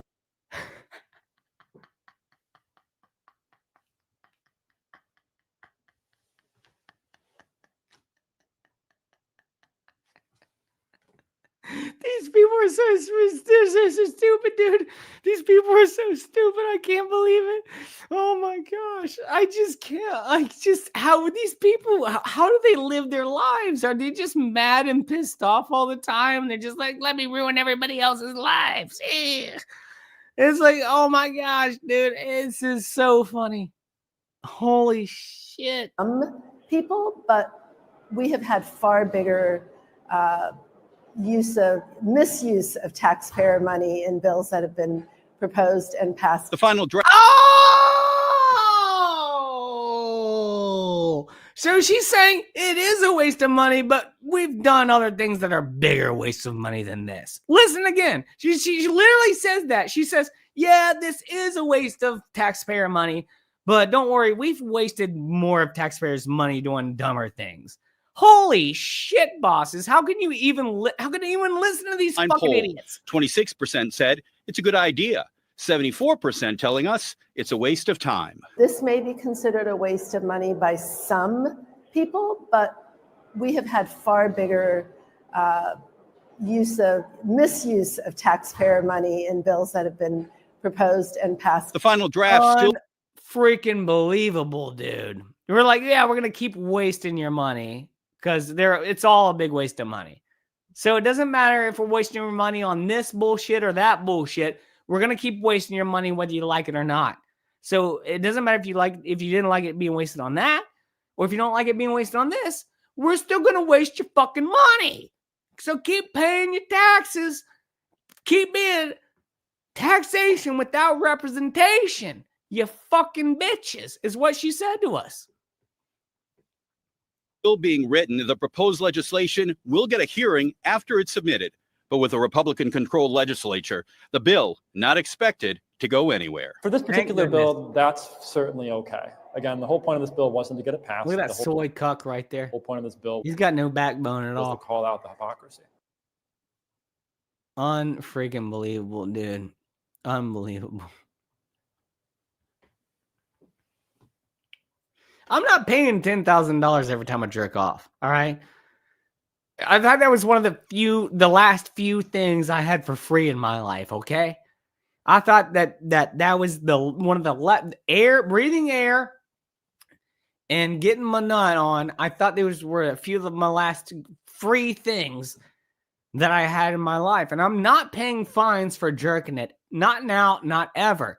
And if I ever have to pay a fine, I will jerk it on, I'm going to jerk off with my signature. I'll jerk my signature off onto the paper and be like, here's your signature. And they'll give them a hot monocle. I'll put it right in their eye. All right? I ain't fucking around when it comes to this. My body, my choice. If I want to rub myself raw, I will. Ain't got nothing to do with you, woman. I know you want me. I know you want my sperm. But you're not going to find me just because you're not getting it. You cunts.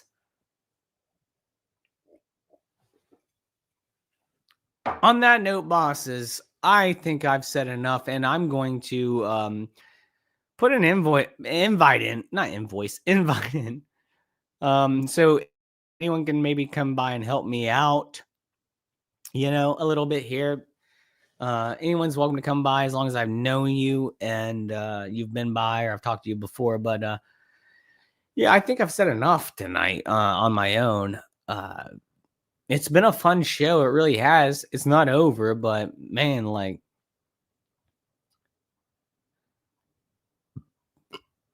I don't know what's going on anymore. It's getting too obvious. I think my problem is it's getting too obvious for me. And I hate when other people don't see it. And that's what's aggravating to me personally is it upsets me, man. I really want other people, I don't want everyone to think the same way that I think. Of course not. That's a certain term or whatever. But I want people to be more open-minded to what's going on. And it's actually kind of scary. We laugh about it here. We have to laugh about it. That's the big point of the show here is to laugh at the insanity of the world. But I'm starting to get scared, bosses. And I'm not talking about the Republicans or Trump. I'm a little scared of Elon Musk. I'm big scared of Elon Musk. But I'm more scared of these commies that are getting real desperate. Real desperate. Let's welcome our first guest on. What's up? Tony Nasser. What's up, my Nasser? How you doing, brother?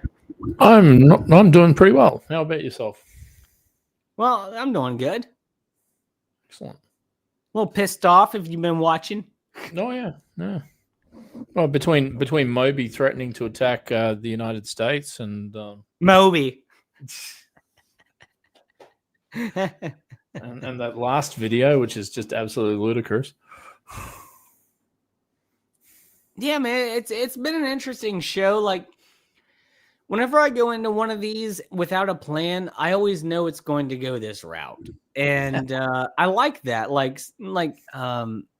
But it terrifies me because I'm not always sure if I'm going to be able to fill time, but I always do. You know what I mean?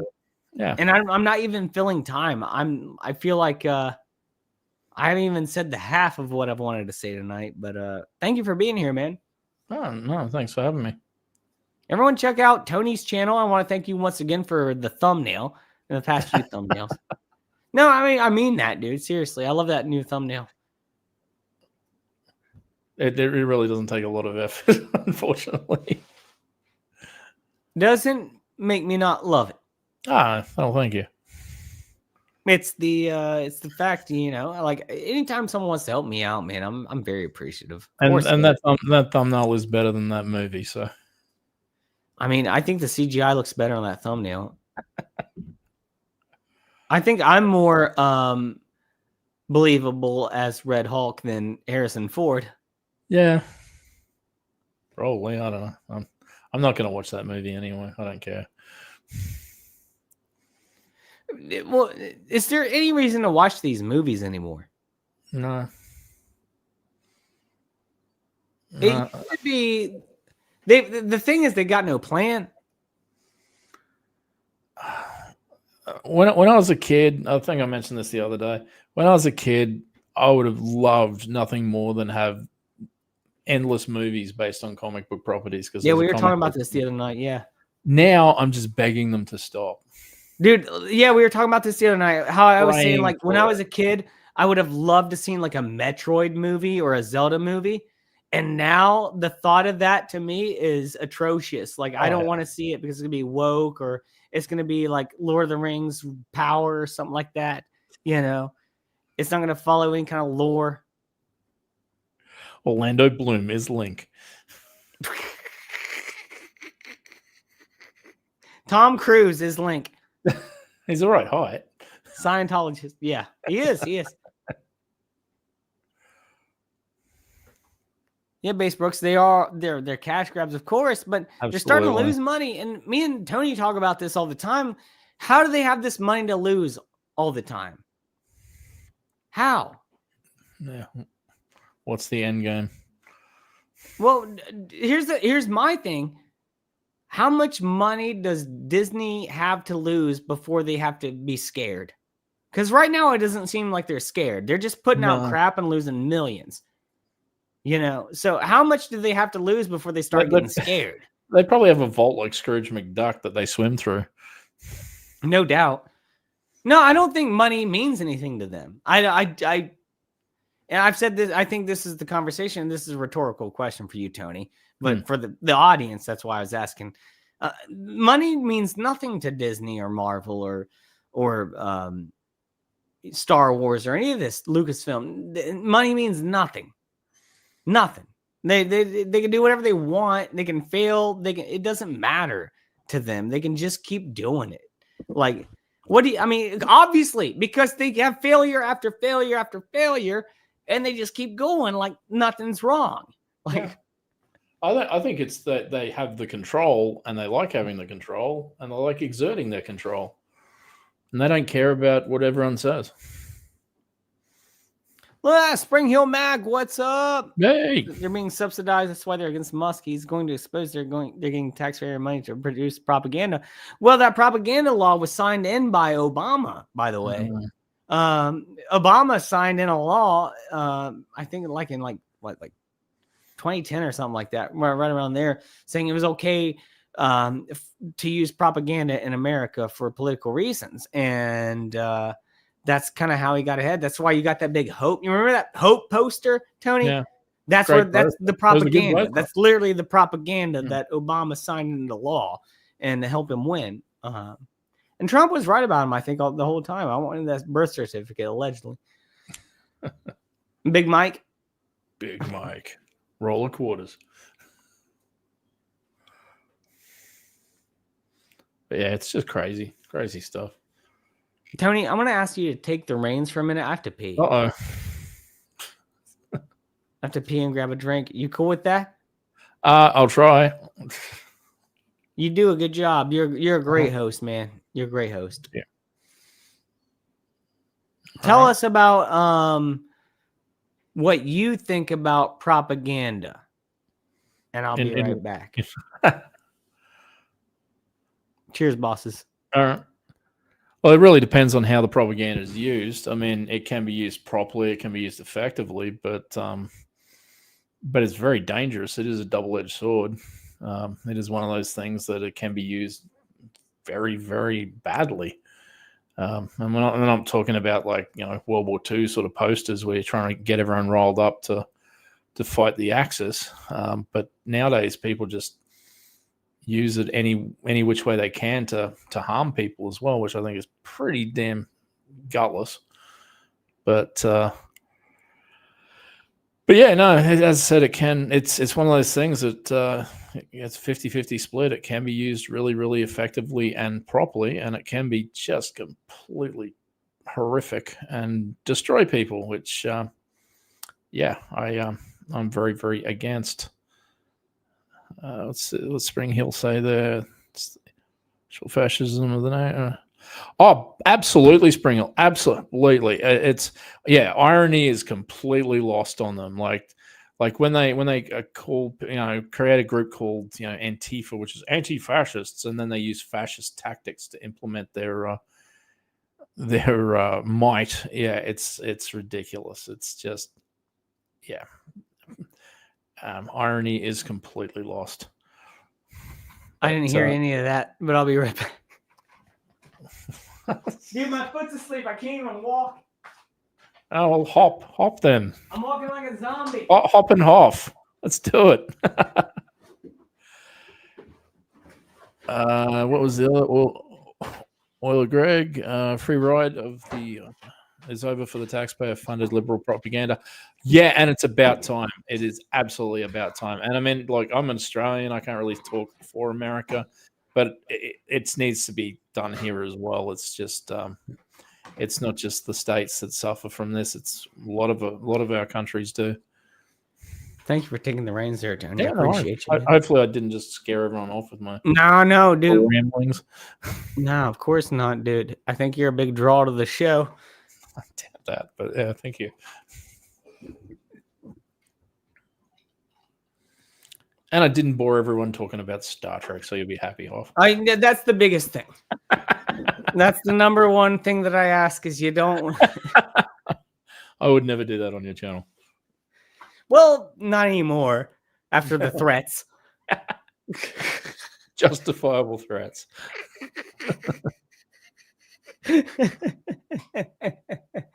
Let me read some comments here. Greg's got a good one here too. Yeah. Oiler Greg says changing the definition of words is very 1984. Oh, this is the whole thing. 100%. Yeah. But also the bad thing is that 1984 used to be a warning on how bad society can become with a fascist government. Nowadays they just go, what a great idea. Let's follow this book like it's an actual how-to guide. And it's like, what are you doing? Tony, I'm going to get hit for this. You know what I'm about to say. Brave New World. Captain America, Brave New World was originally titled... Brave New World's literature, though. The other one is the one you can't say. But I know, but it was Aldous Huxley was Brave New World. Aldous Huxley, yep. And he was really in cahoots with Aleister Crowley. Mr. Crowley, bam, bam, bam. Little Ozzy Osbourne. But they were all in cahoots with this occult. And Jake can back me up on this occult stuff, But it is very much it's not just changing definition. It's like I've been talking about this on Hoffcast for a long time. It's rewriting things. And that's why I don't like to watch these biopics of musicians and stuff where actors because they're literally giving you a scenario, the audience, that didn't happen, and they're making it happen in their view. And so that can be skewed however they want it to be. And so when you watch that movie, you watch it and you think that's what happened when they're just telling their view of the story.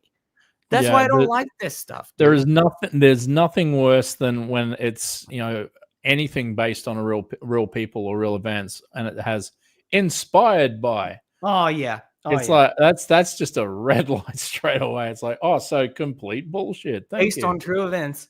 Yeah. And then you see a literal werewolf. Wait a minute, Freddie Mercury was a werewolf? When did this happen? Dude, I didn't know AIDS did that. Give him a silver bullet. Yes, 100% Oiler Greg. It was never meant to be a handbook for tyranny. Yeah, 100%. No. But it's become one. Which the more they propagandize, the more it doesn't exist, except those who brainwash. Exactly. That's what I said earlier on the show, Jake. That's exactly what I said earlier. Exactly what I said. It's because that's why I said we're going farther and farther apart. Either people are waking up or they're going farther down the river, man. And it's scary.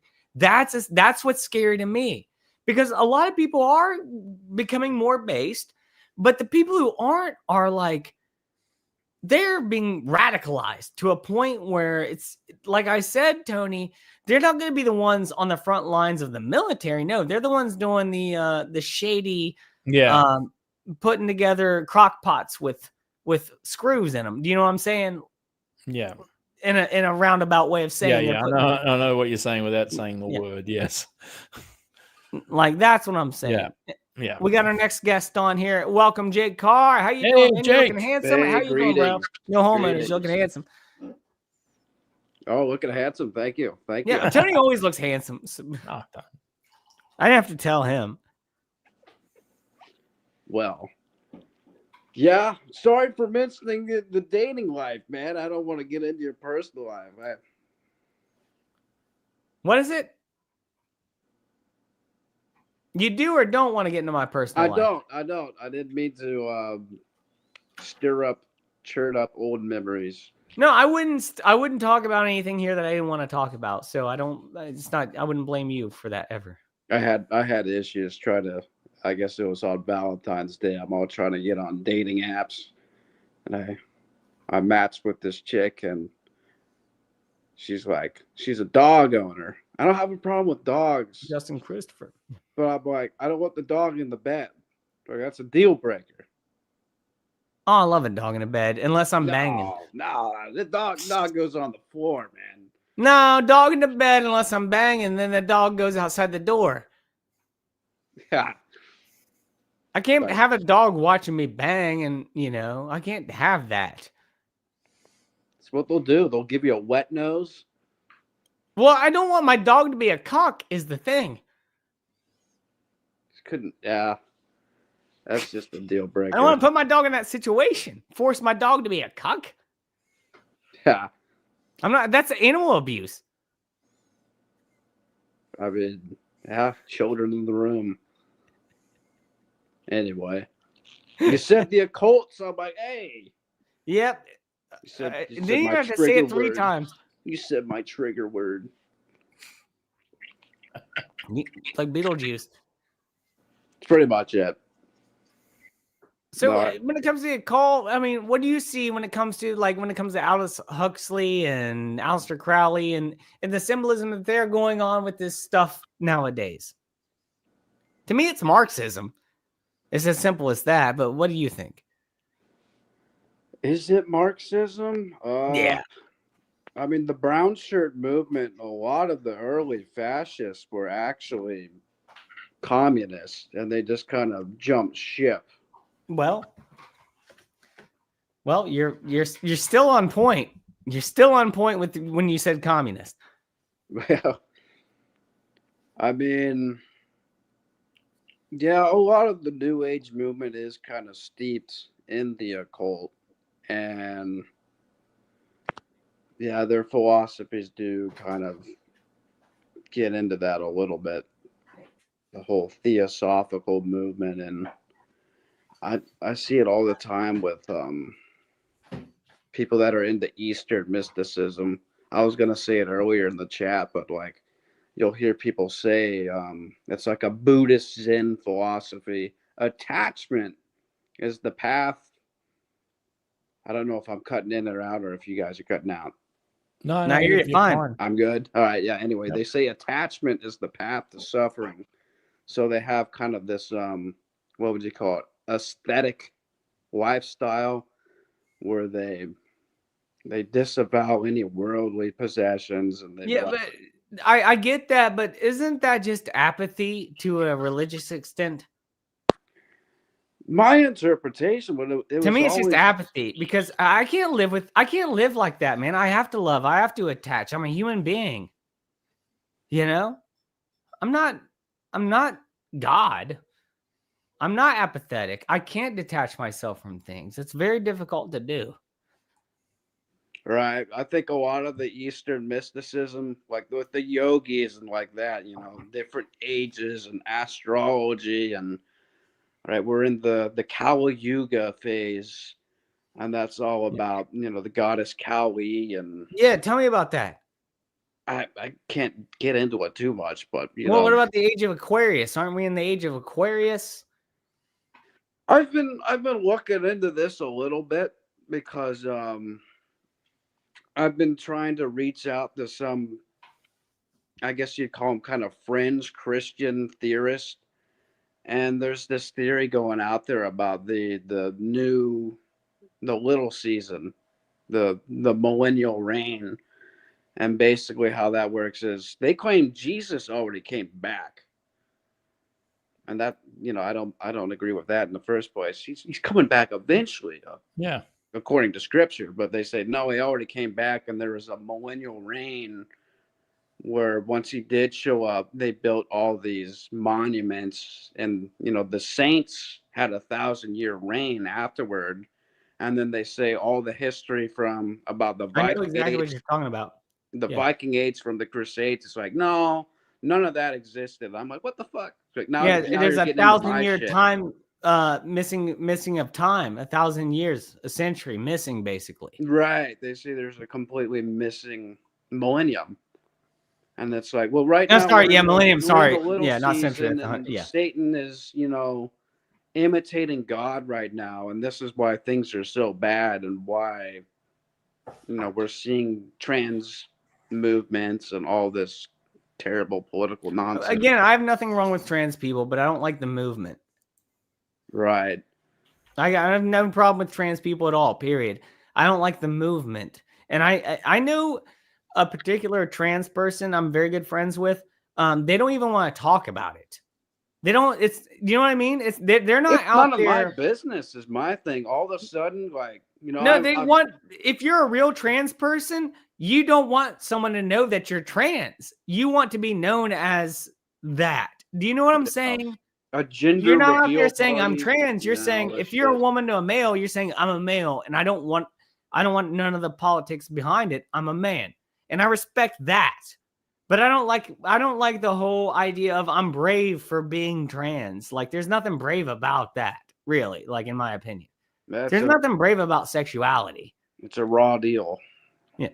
Just in my opinion, there's nothing brave about anyone's sexuality. We're all sexual beings, and no matter what you feel about anything, I don't think there's anything brave about what you do in the bedroom. Just my opinion. Yeah, that's my always stick to that. What happens between consenting adults is none of my business. Yeah. But the movement has made it everyone else's business. I know, that's what I'm saying. I completely agree. Yep. Man, me and you, Jake, we're on the same page tonight. Like, totally, brother. Thank you for sometimes you kind of scare me a little bit. I know. I scare a lot of people. You scare me a little bit when I'm just worried about you is all it is. I'm like, worried about me? Yeah, a little worried. Why are you worried about me? I'm fine. Getting all fucked up all day. No, it's great. It's a good time. You're having a good time. You're happy. If you're happy, I'm happy. I just don't want you to be in a No, bad I didn't get fucked up all day. I wish I had. I'm so much of an alcoholic. I drank all day. I'm not even drunk. I'm addicted to coffee lately. I've had like 6 or 7 cups. I'm like contemplating another cup. I'm gonna give myself a heart attack. Also, yeah. Coffee's bad for you too. But I mean, I have 4 days off, so like I have no plans. I can literally just do whatever I want, and I can jerk off without being fined $10,000 whenever I want. You know?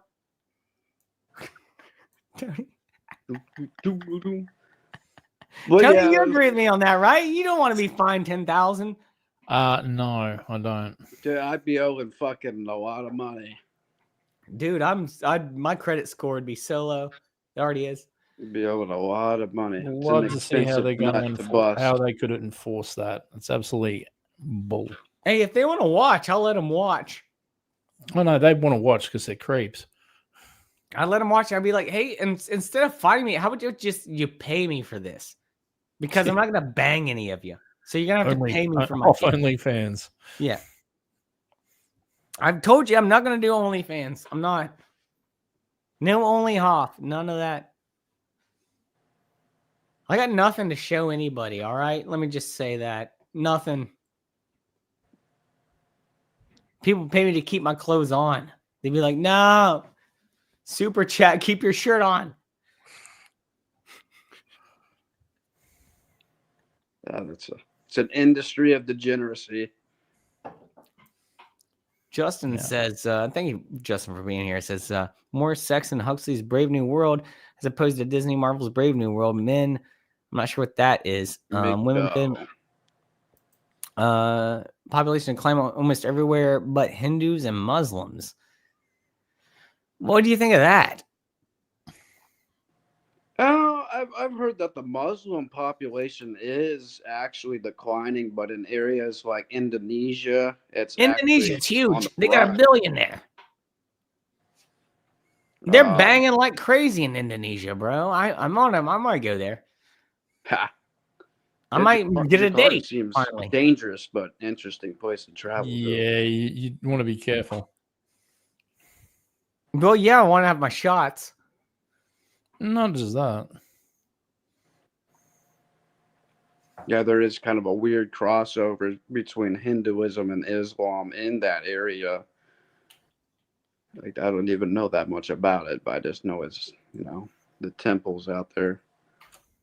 I like the temples. It's interesting. Temples are interesting, man. Yeah, you wouldn't want to be taking your drugs with you because they'll kill you. Dude, what am I, Brittany Griner? There's a death penalty for that. So yeah. Well, imagine if Brittany Griner went there. Right. She'd be dead.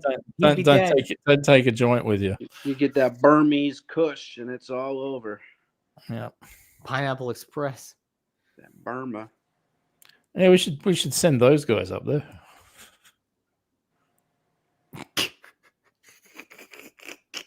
Definitely. Well, tell us how you really feel. Okay. Bitches leave. Exactly. Yeah. Clarence knows. Clarence Boddicker. Did you see the action figures I sent you, Tony? Yes. They were just they were leaving. I would totally. Packs. If they existed, I would buy those. Bitches leave. Give it to me.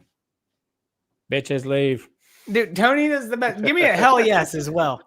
Hell yes. Hell yes. Tony's spot on with that shit, dude. Gets me. What about a size 12 shoe? Size 12 shoe. Size 12 shoe. Bam! Nailed it. Cheers to that. Anyway, sorry, we're just having fun here tonight. I hope you guys are having fun, man. Yeah. Well, it's my Sunday, so I'm absolutely having fun. Yeah, I got nothing to do tomorrow. It's a holiday. I'm gonna work tomorrow. Boo. Right, so like it snowed really bad here today, and I didn't have to work. And then everyone in the group chat for work was like, "Man, I can't make it to work." And I'm like, "Man, that sucks." I'm off. Off on a snow day. Good luck to you. Hope your tranny doesn't. I'm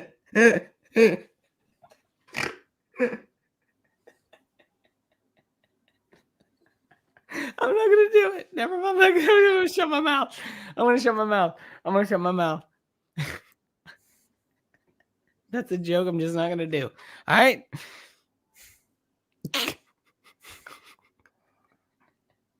Go ahead. Please save me. Save me, boys. Save me. I hurt myself today to see if I still feel.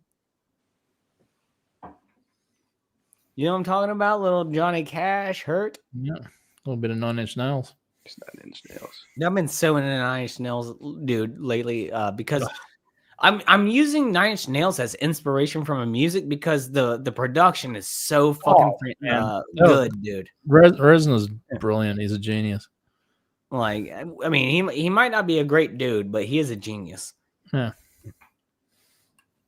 Much like me. I don't know. I don't know him. So I like Nine Inch Nails better than I like the band Tool. Yo, dude, I don't way like more. It's not that I don't like Tool. It's that like I don't like Tool. It's because I'll tell you why I don't like Tool. Yeah. It's because it's not that Tool's bad. It's that when they write their songs, they just write a riff. They write one riff and they just repeat it for 8 minutes. Yeah, and there's no change in the song. This before. I do agree with you on Tool. Yeah. I think I forgot that we've talked about it. I'm not saying they're not talented. Like I respect them, but it's just not my thing. It's just too repetitive. No, I'm not a fan of them. People who love Tool, man, do you know how you know a Tool fan? The same thing as a vegan. They'll tell you. They'll tell you. They'll also be wearing the Tool shirt as well. I like to compare Tool, Nine Inch Nails, and Muse. You don't hear that name out there. No, I love Muse, dude. I'm a big Muse fan, like a huge Muse fan, because they're conspiracy theory artists. I seen Muse live just a couple years ago. They were awesome. And in fact, dude, it's funny that you mentioned that. I can't share the video because it's copyrighted. But dude, look up Muse, Italian or Japanese, where they go and they wanted to do a song and they wanted to do the backing track, right? So Matt, the singer, gets on the drums, the drummer gets on guitar and vocals, and the bass player is on guitar and keyboards, and they're just completely just like effing it up like Nirvana style. You know what I mean? Like, it's so good because they didn't want to play to a backing track, and I respect the hell out of that. I saw Muse live, dude. That show was crazy. They put on a hell of a show. Yeah, I got no problem with Tool, but they're like too close to being like EDM music. There's just a little too much bass, and I don't know. To me, it's too drony. Yeah, it's droning, and that's my issue with it. It drones on, and it's just like I was more the rhythm guitarist. No offense to Bass Brooks. No offense to you, brother. We're just speaking opinions out here, and I respect. No, I don't dislike Tool. They're just not. I think Nine Inch Nails is better. But yeah, Nine Inch Nails is definitely better. And then I was comparing them to Muse, but. Dude, Evanescence opened up for Muse. I don't like them. I'm not a huge fan, but I don't dislike them. You know, Evanescence opened up for Muse when I saw them. Evanescence. God. And then Amy Lee at the end of the set gave some big speech about equality. Oh. Yeah, I was like, what the? It's kind of like Rage Against the Machine. A lot of these bands. She was at her piano. She was like, and I just think that we all should just come together now and be equals. And I'm just like, oh, dude. What drug did you take? Bono? Yeah, it was really bad. I mean, they weren't bad. Evanescence weren't bad. It was a good show, but that end part was just like so cringy. I was just like, oh, dude. Yeah, I'd rather listen to a band for their music, not their political views. Yeah, exactly. And it depends. That's kind of ruined my opinion of a lot of punk rock bands, because now I'm looking back at the punk rock bands I listened to. I'm like, oh, fuck, they're super fucking liberal. What the fuck? Like, the thing not what I is, thought man, punk was. No, the party's changed, bro. Back in the day, yeah, I'm not cool anymore. Apparently, no. Here's the thing, dude. Back in the day, when Green Day was punk rocking out against George W. Bush, I still agree with that. I still agree with George W. Bush. Yeah, but they changed along the way. They much like a lot of them, they sold their souls, and. Green Day doesn't even sound like Green Day anymore. Have you heard any of their new stuff? Like, his voice doesn't sound like a real person. It's so like gone through a filter. It doesn't even sound like the same guy. I just heard that one "What Are We Fighting For" song. Is that new? I think that's new. I don't know. I haven't heard anything. That's the only one I've heard. I won't listen to any of it. Can't I'm remember listening the to last Green song of Day, theirs bro. I heard. Rage Against the Machine. Who do I confuse them with? I confuse them with hang on. System of a Down. I can't tell them apart. I don't listen to either of them. I can't tell them System of apart. a Down. I don't know the difference. I walked out on one of their live shows. Oh, Wow. yeah. I did. It's not because they were bad. It was because it was raining and it was outdoors and I didn't care. That's why. But I never, the System of a Down, I do like some of their songs, but I was never a fan. The guitar player, Darren Malakian, is such a cunt. Like, that really ruins the rest of the band. And Serge is also kind of a cunt. But they're all kind of cunts. But here's my problem with System of a Down. All of their songs sound like this. I'm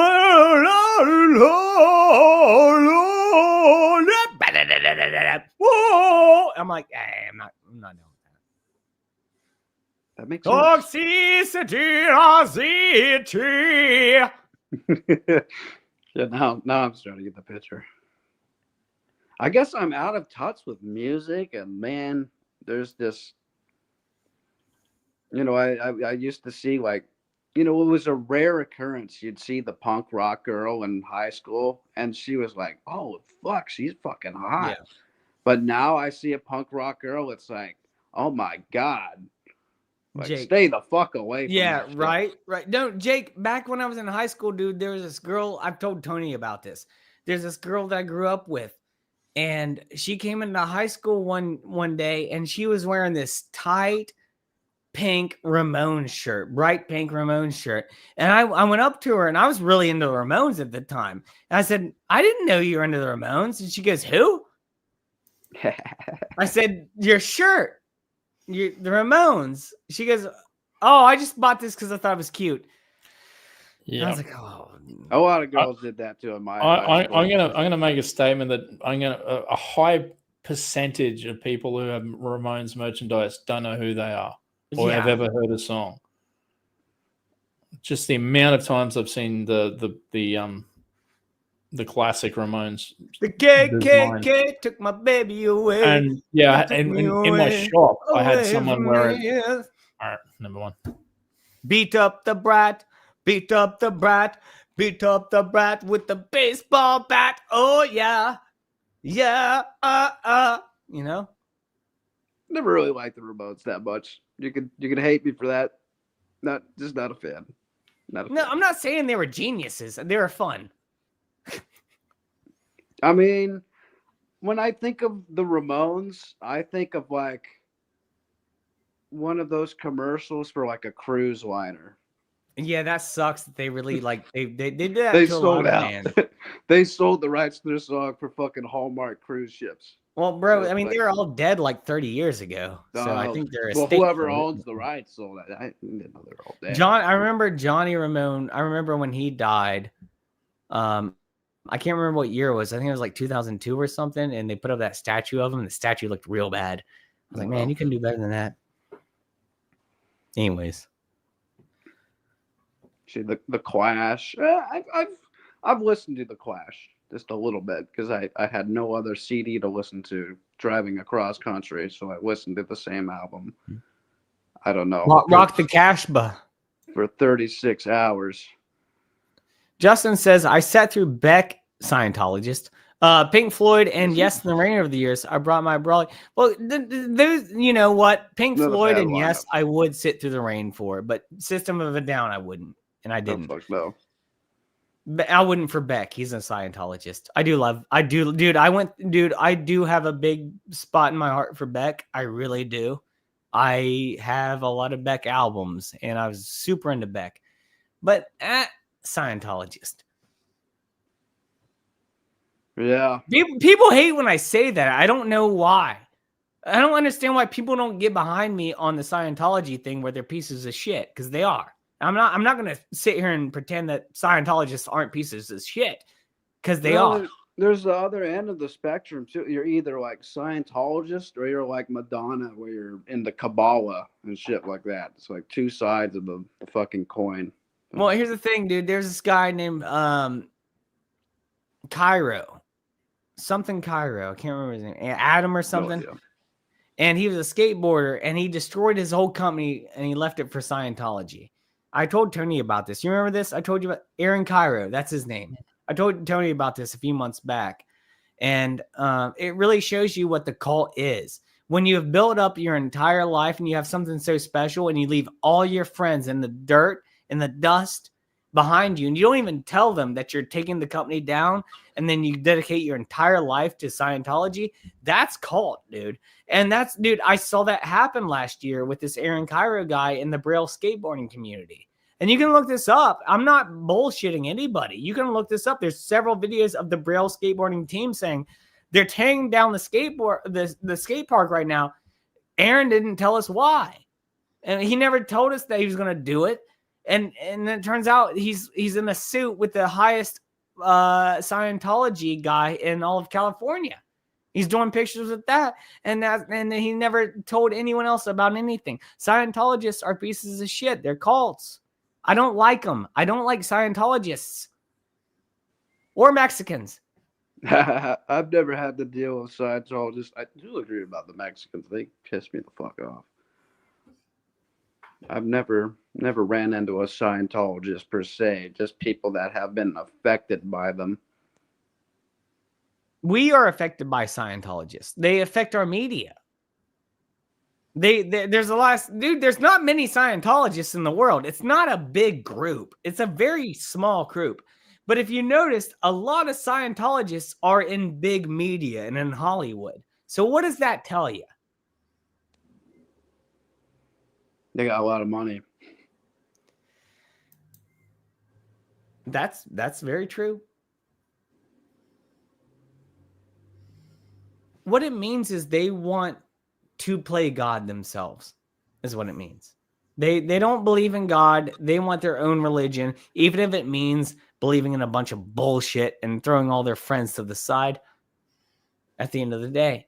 I hate that. I don't like it. I think a Scientologist is worse than a commie. There's just not as many of them. Yeah, they fuck up people's priorities, and yeah, I guess I had one friend that's dad was into it, and he turned into fucking like a heroin addict. So it'll fuck your shit up. To me, it's like so stupid that I don't understand why anyone would ever even acknowledge it. Where I'm coming from as a Christian man, like looking at Scientology, I'm like, this is some real dark, dumb shit that's just all fiction. And it's used to control people and used to gain money. And also, there's a lot of, like Danny Masterson from that 70s show, who is now in prison for life because he told everyone on set, you better not drink or smoke. You better not do any drugs. But guess what? You can rape all you want. Oh, dude, that's what happened. That's what happened. These Scientologists are like, you got to be clean. You got to live a clean life. You can't do no drugs. You can't drink. You got to go to bed early. But anytime you want to rape somebody, it's okay. That's Scientology.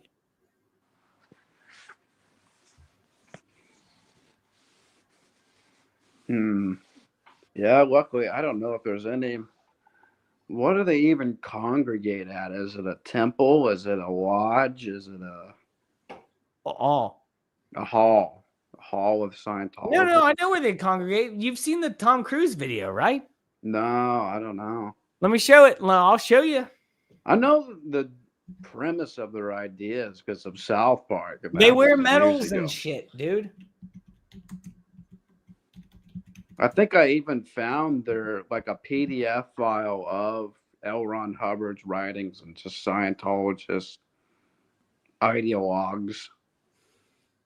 So I have the documents somewhere. God's the documents. These are the times now, people. Okay? These are the times we will all remember. Were you there? What did you do? I think you know that I am there for you. Insanity. And I do care so very, very, very much. No, you don't. So what do you say? We need to clean this place up? Huh? This is Because terrifying. we're counting on you. This is where they congregate. This is where they congregate. Look at this. Medals and pageantry and suits and all this kind of decor that represents kind of like Greek old stuff. And then also the flat earth behind them kind of, like it's all this. All right. To LRH. To LRH. That's L. Ron Hubbard, the guy who wrote a fiction book about religion that Tom Cruise believes in. Now, people, okay? These are the times we will all remember. Were you there? What did you do? I think you know that I am there for you. And I do care so very, very, very much. So what do you say? We need to clean this place up? Huh? What does he mean by clean this place up? What does he mean by that? What do you guys think he means by that? Eugenics? To me, it sounds like he's talking about the hierarchical structure of the church, that there's like people that are unworthy of being there. Well, no one's worthy of being in that church. Restacking the deck. Well, you're not wrong. But what if it means something bigger, dude? I truly believe that. I made a ranting kind of schizo video today about futurism and trans everything.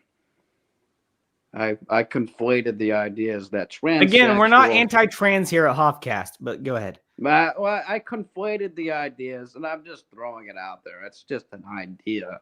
I don't necessarily believe it myself either, but the idea that transsexual will evolve into the transhumanist movement, which will evolve into transdimensional with the advent of AI and different. So I know where you're going at. So basically, you're getting at they want us to give up our bodies so then we can give up our souls and upload our consciousness into an AI. Is that what you're saying? Yeah, that is definitely part of it, certainly. That's what I think. I was going to tie it into what is he saying about clean it up? I think there's a neo-eugenics movement where some of these Hollywood elitists, I heard some crazy shit that they have clones of themselves. There's body doubles for certain public personas. And I think they actually have. I think there's only a 1,000, no more than 10,000 of them out there right now. But I think there's genetically engineered humans. And I like listening. It's entertaining to me. I like these stories where people say, well, I'm a genetically modified super soldier and shit like that. I think these people are schizos and off. Just the only one who's not is fucking Sam Wilson. I've never heard of them. Tony. Or have I? I'm trying to think. Tony wasn't even listening. Tony was passed out. No, Sam Wilson is the Black Captain America. That's why I said he wasn't. Fuck me, dude. All right. See, I'm kind of glad I don't know this shit sometimes. Tony done passed out. Guy fucking pissed me off. No, it's a common enough name. It could have been anybody. Yeah, like my high You're the comic book guy. My high school drug dealer's name was Kenny Smith. Good luck finding him. There's 100,000 Kenny Smiths in America. Actually, it probably wouldn't be that hard to find him. Sorry, Kenny.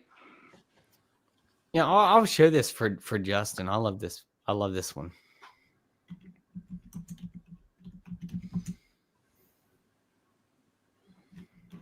Oh yeah, the Al Roker got MK Ultra fucking thing.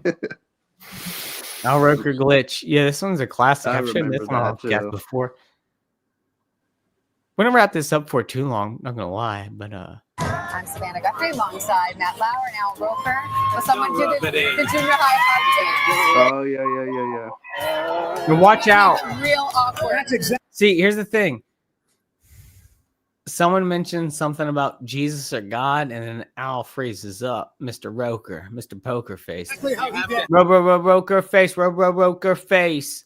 Have a certain amount of distance between the bodies in junior high. Yes, like they say in Catholic school, leave room for the Holy Ghost. Anyway, there is Right there. Hoffcast, Leave room for the Holy Ghost. Roker Face, Roker Face. memories today, actually. It's a big day in music history. 35 years ago today, Elvis Presley passed away, the king of rock and roll. And as Mark Cohn says in his great song, Walking in Memphis, there's a pretty little thing waiting for the king down in the jungle. There's many examples of this. Many examples of that. By the way, if you're still watching right now and you've enjoyed the show, make sure you hit the thumbs up button. Make sure you're subscribed. YouTube hates me. Everybody hates me. Except for me and my cat and my dog. So that's the life I live. So if you like the show, hit the thumbs up button, and maybe I'll feel like someone else kind of likes me around here. Appreciate it. Yes, I'm doing the sad sap thing. You feel bad for me? Please, sir, can I have some more? You know. But anyways, fellas. Hey man, I like the show. I'm not out there trying to get a big following. I lost a subscriber today, but I'm like, you know what? I got to thread out the week.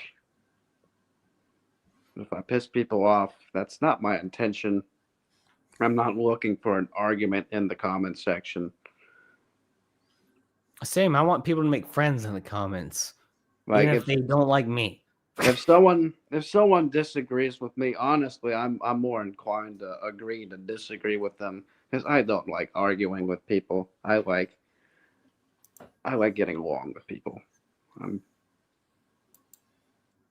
Hey, have you ever heard of a website called Reddit? I think you would love it. Ha. Yeah, I have. Occasionally it comes up, but I don't frequent there. That was a joke, and I expected Tony to laugh his ass off, but he didn't.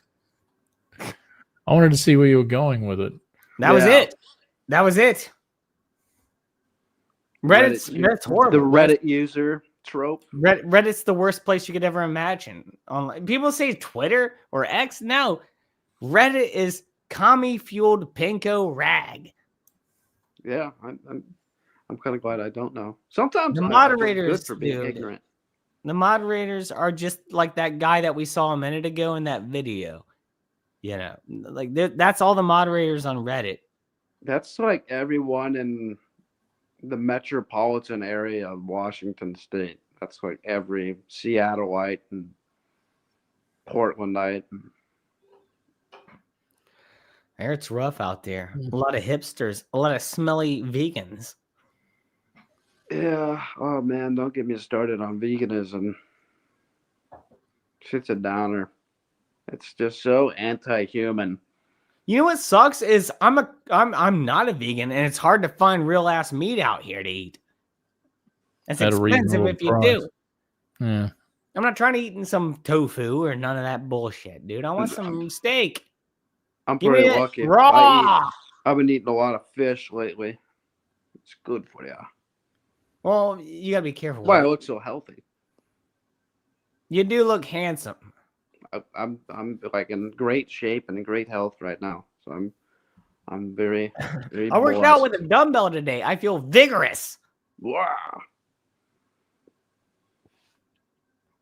Basebrook says, "Go to Skyline Chili, Hoff." I love Skyline Chili. I don't go there very often, but I do like it when I do go. It's a decent. It's a Skyline Chili. They suck it on, chili dog is what they do there. Tony, can you send Chili Dog? Can we listen to that? Hang on, I gotta find it. Is that something we can actually play on Hoffcast, or is that? I don't know. It's. I don't know the rules anymore. It rides the line, right? It rides the line of. I'm pretty sure I can't show it. I'm pretty sure I can't. Because Mark Knopfler. You know, I can show this though. Hold on. I can show something that's pretty fun. And we do have to wrap this up. I want to go backstage and hang out with the fellows for a minute as well. Oh fuck! I thought we already were backstage. I didn't see anything controversial. Really? No, yeah, no. The video I made today was probably as controversial as it is. I had Jake Carr unplugged. I had a little racial ideology thrown out there. Which You didn't say anything. You didn't say anything too bad. No, but I did today on my own channel. But I'm already Well, doing. well, I got more views than I thought I would. I'm like, if I get over 10, my channel's not completely dead. Same. And I got like 20, so I'm like, yeah. Dude, that's a win for me too these days. I like 2 likes. And I'm like, Yeah. I want Dude, I want to bring back the feel like- dislike button. Like I wouldn't. The I'm not dislike button looking for likes. exists. You just have to Still download left. the thing on the Chrome, dude. Like the really? dislike button never went away. They just hit it. They hit it. Oh fuck! I thought it Yeah, was gone you for just don't see good. it. You just have to get the extension, is what it's The called. back You door. can do it I in 2 gotta get the- seconds. It's very easy to download. It's I like still get you don't have to be a dislike. genius. You just type in YouTube dislike extension. That's how I immediately function, man. it solves it. When I have a room full of people that agree with me, I get nervous. And then when everyone disagrees, I'm like, I'm on the right track. That's just contrarian 101. I feel That's a terrible philosophy, by the way. Your song? His head off, hello, baby, concrete. Yeah. Yep.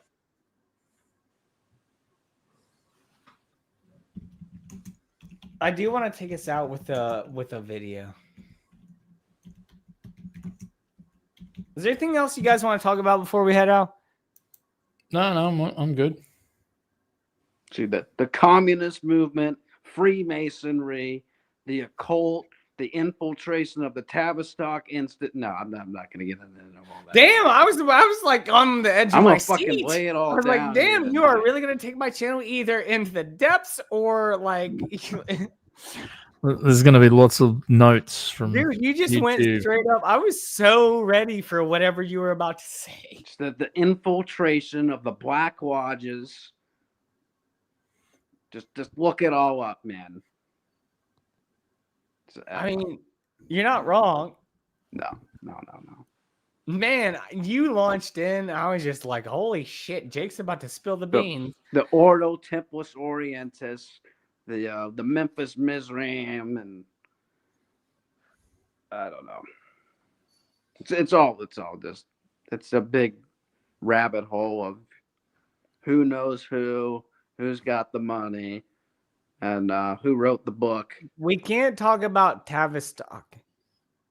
No.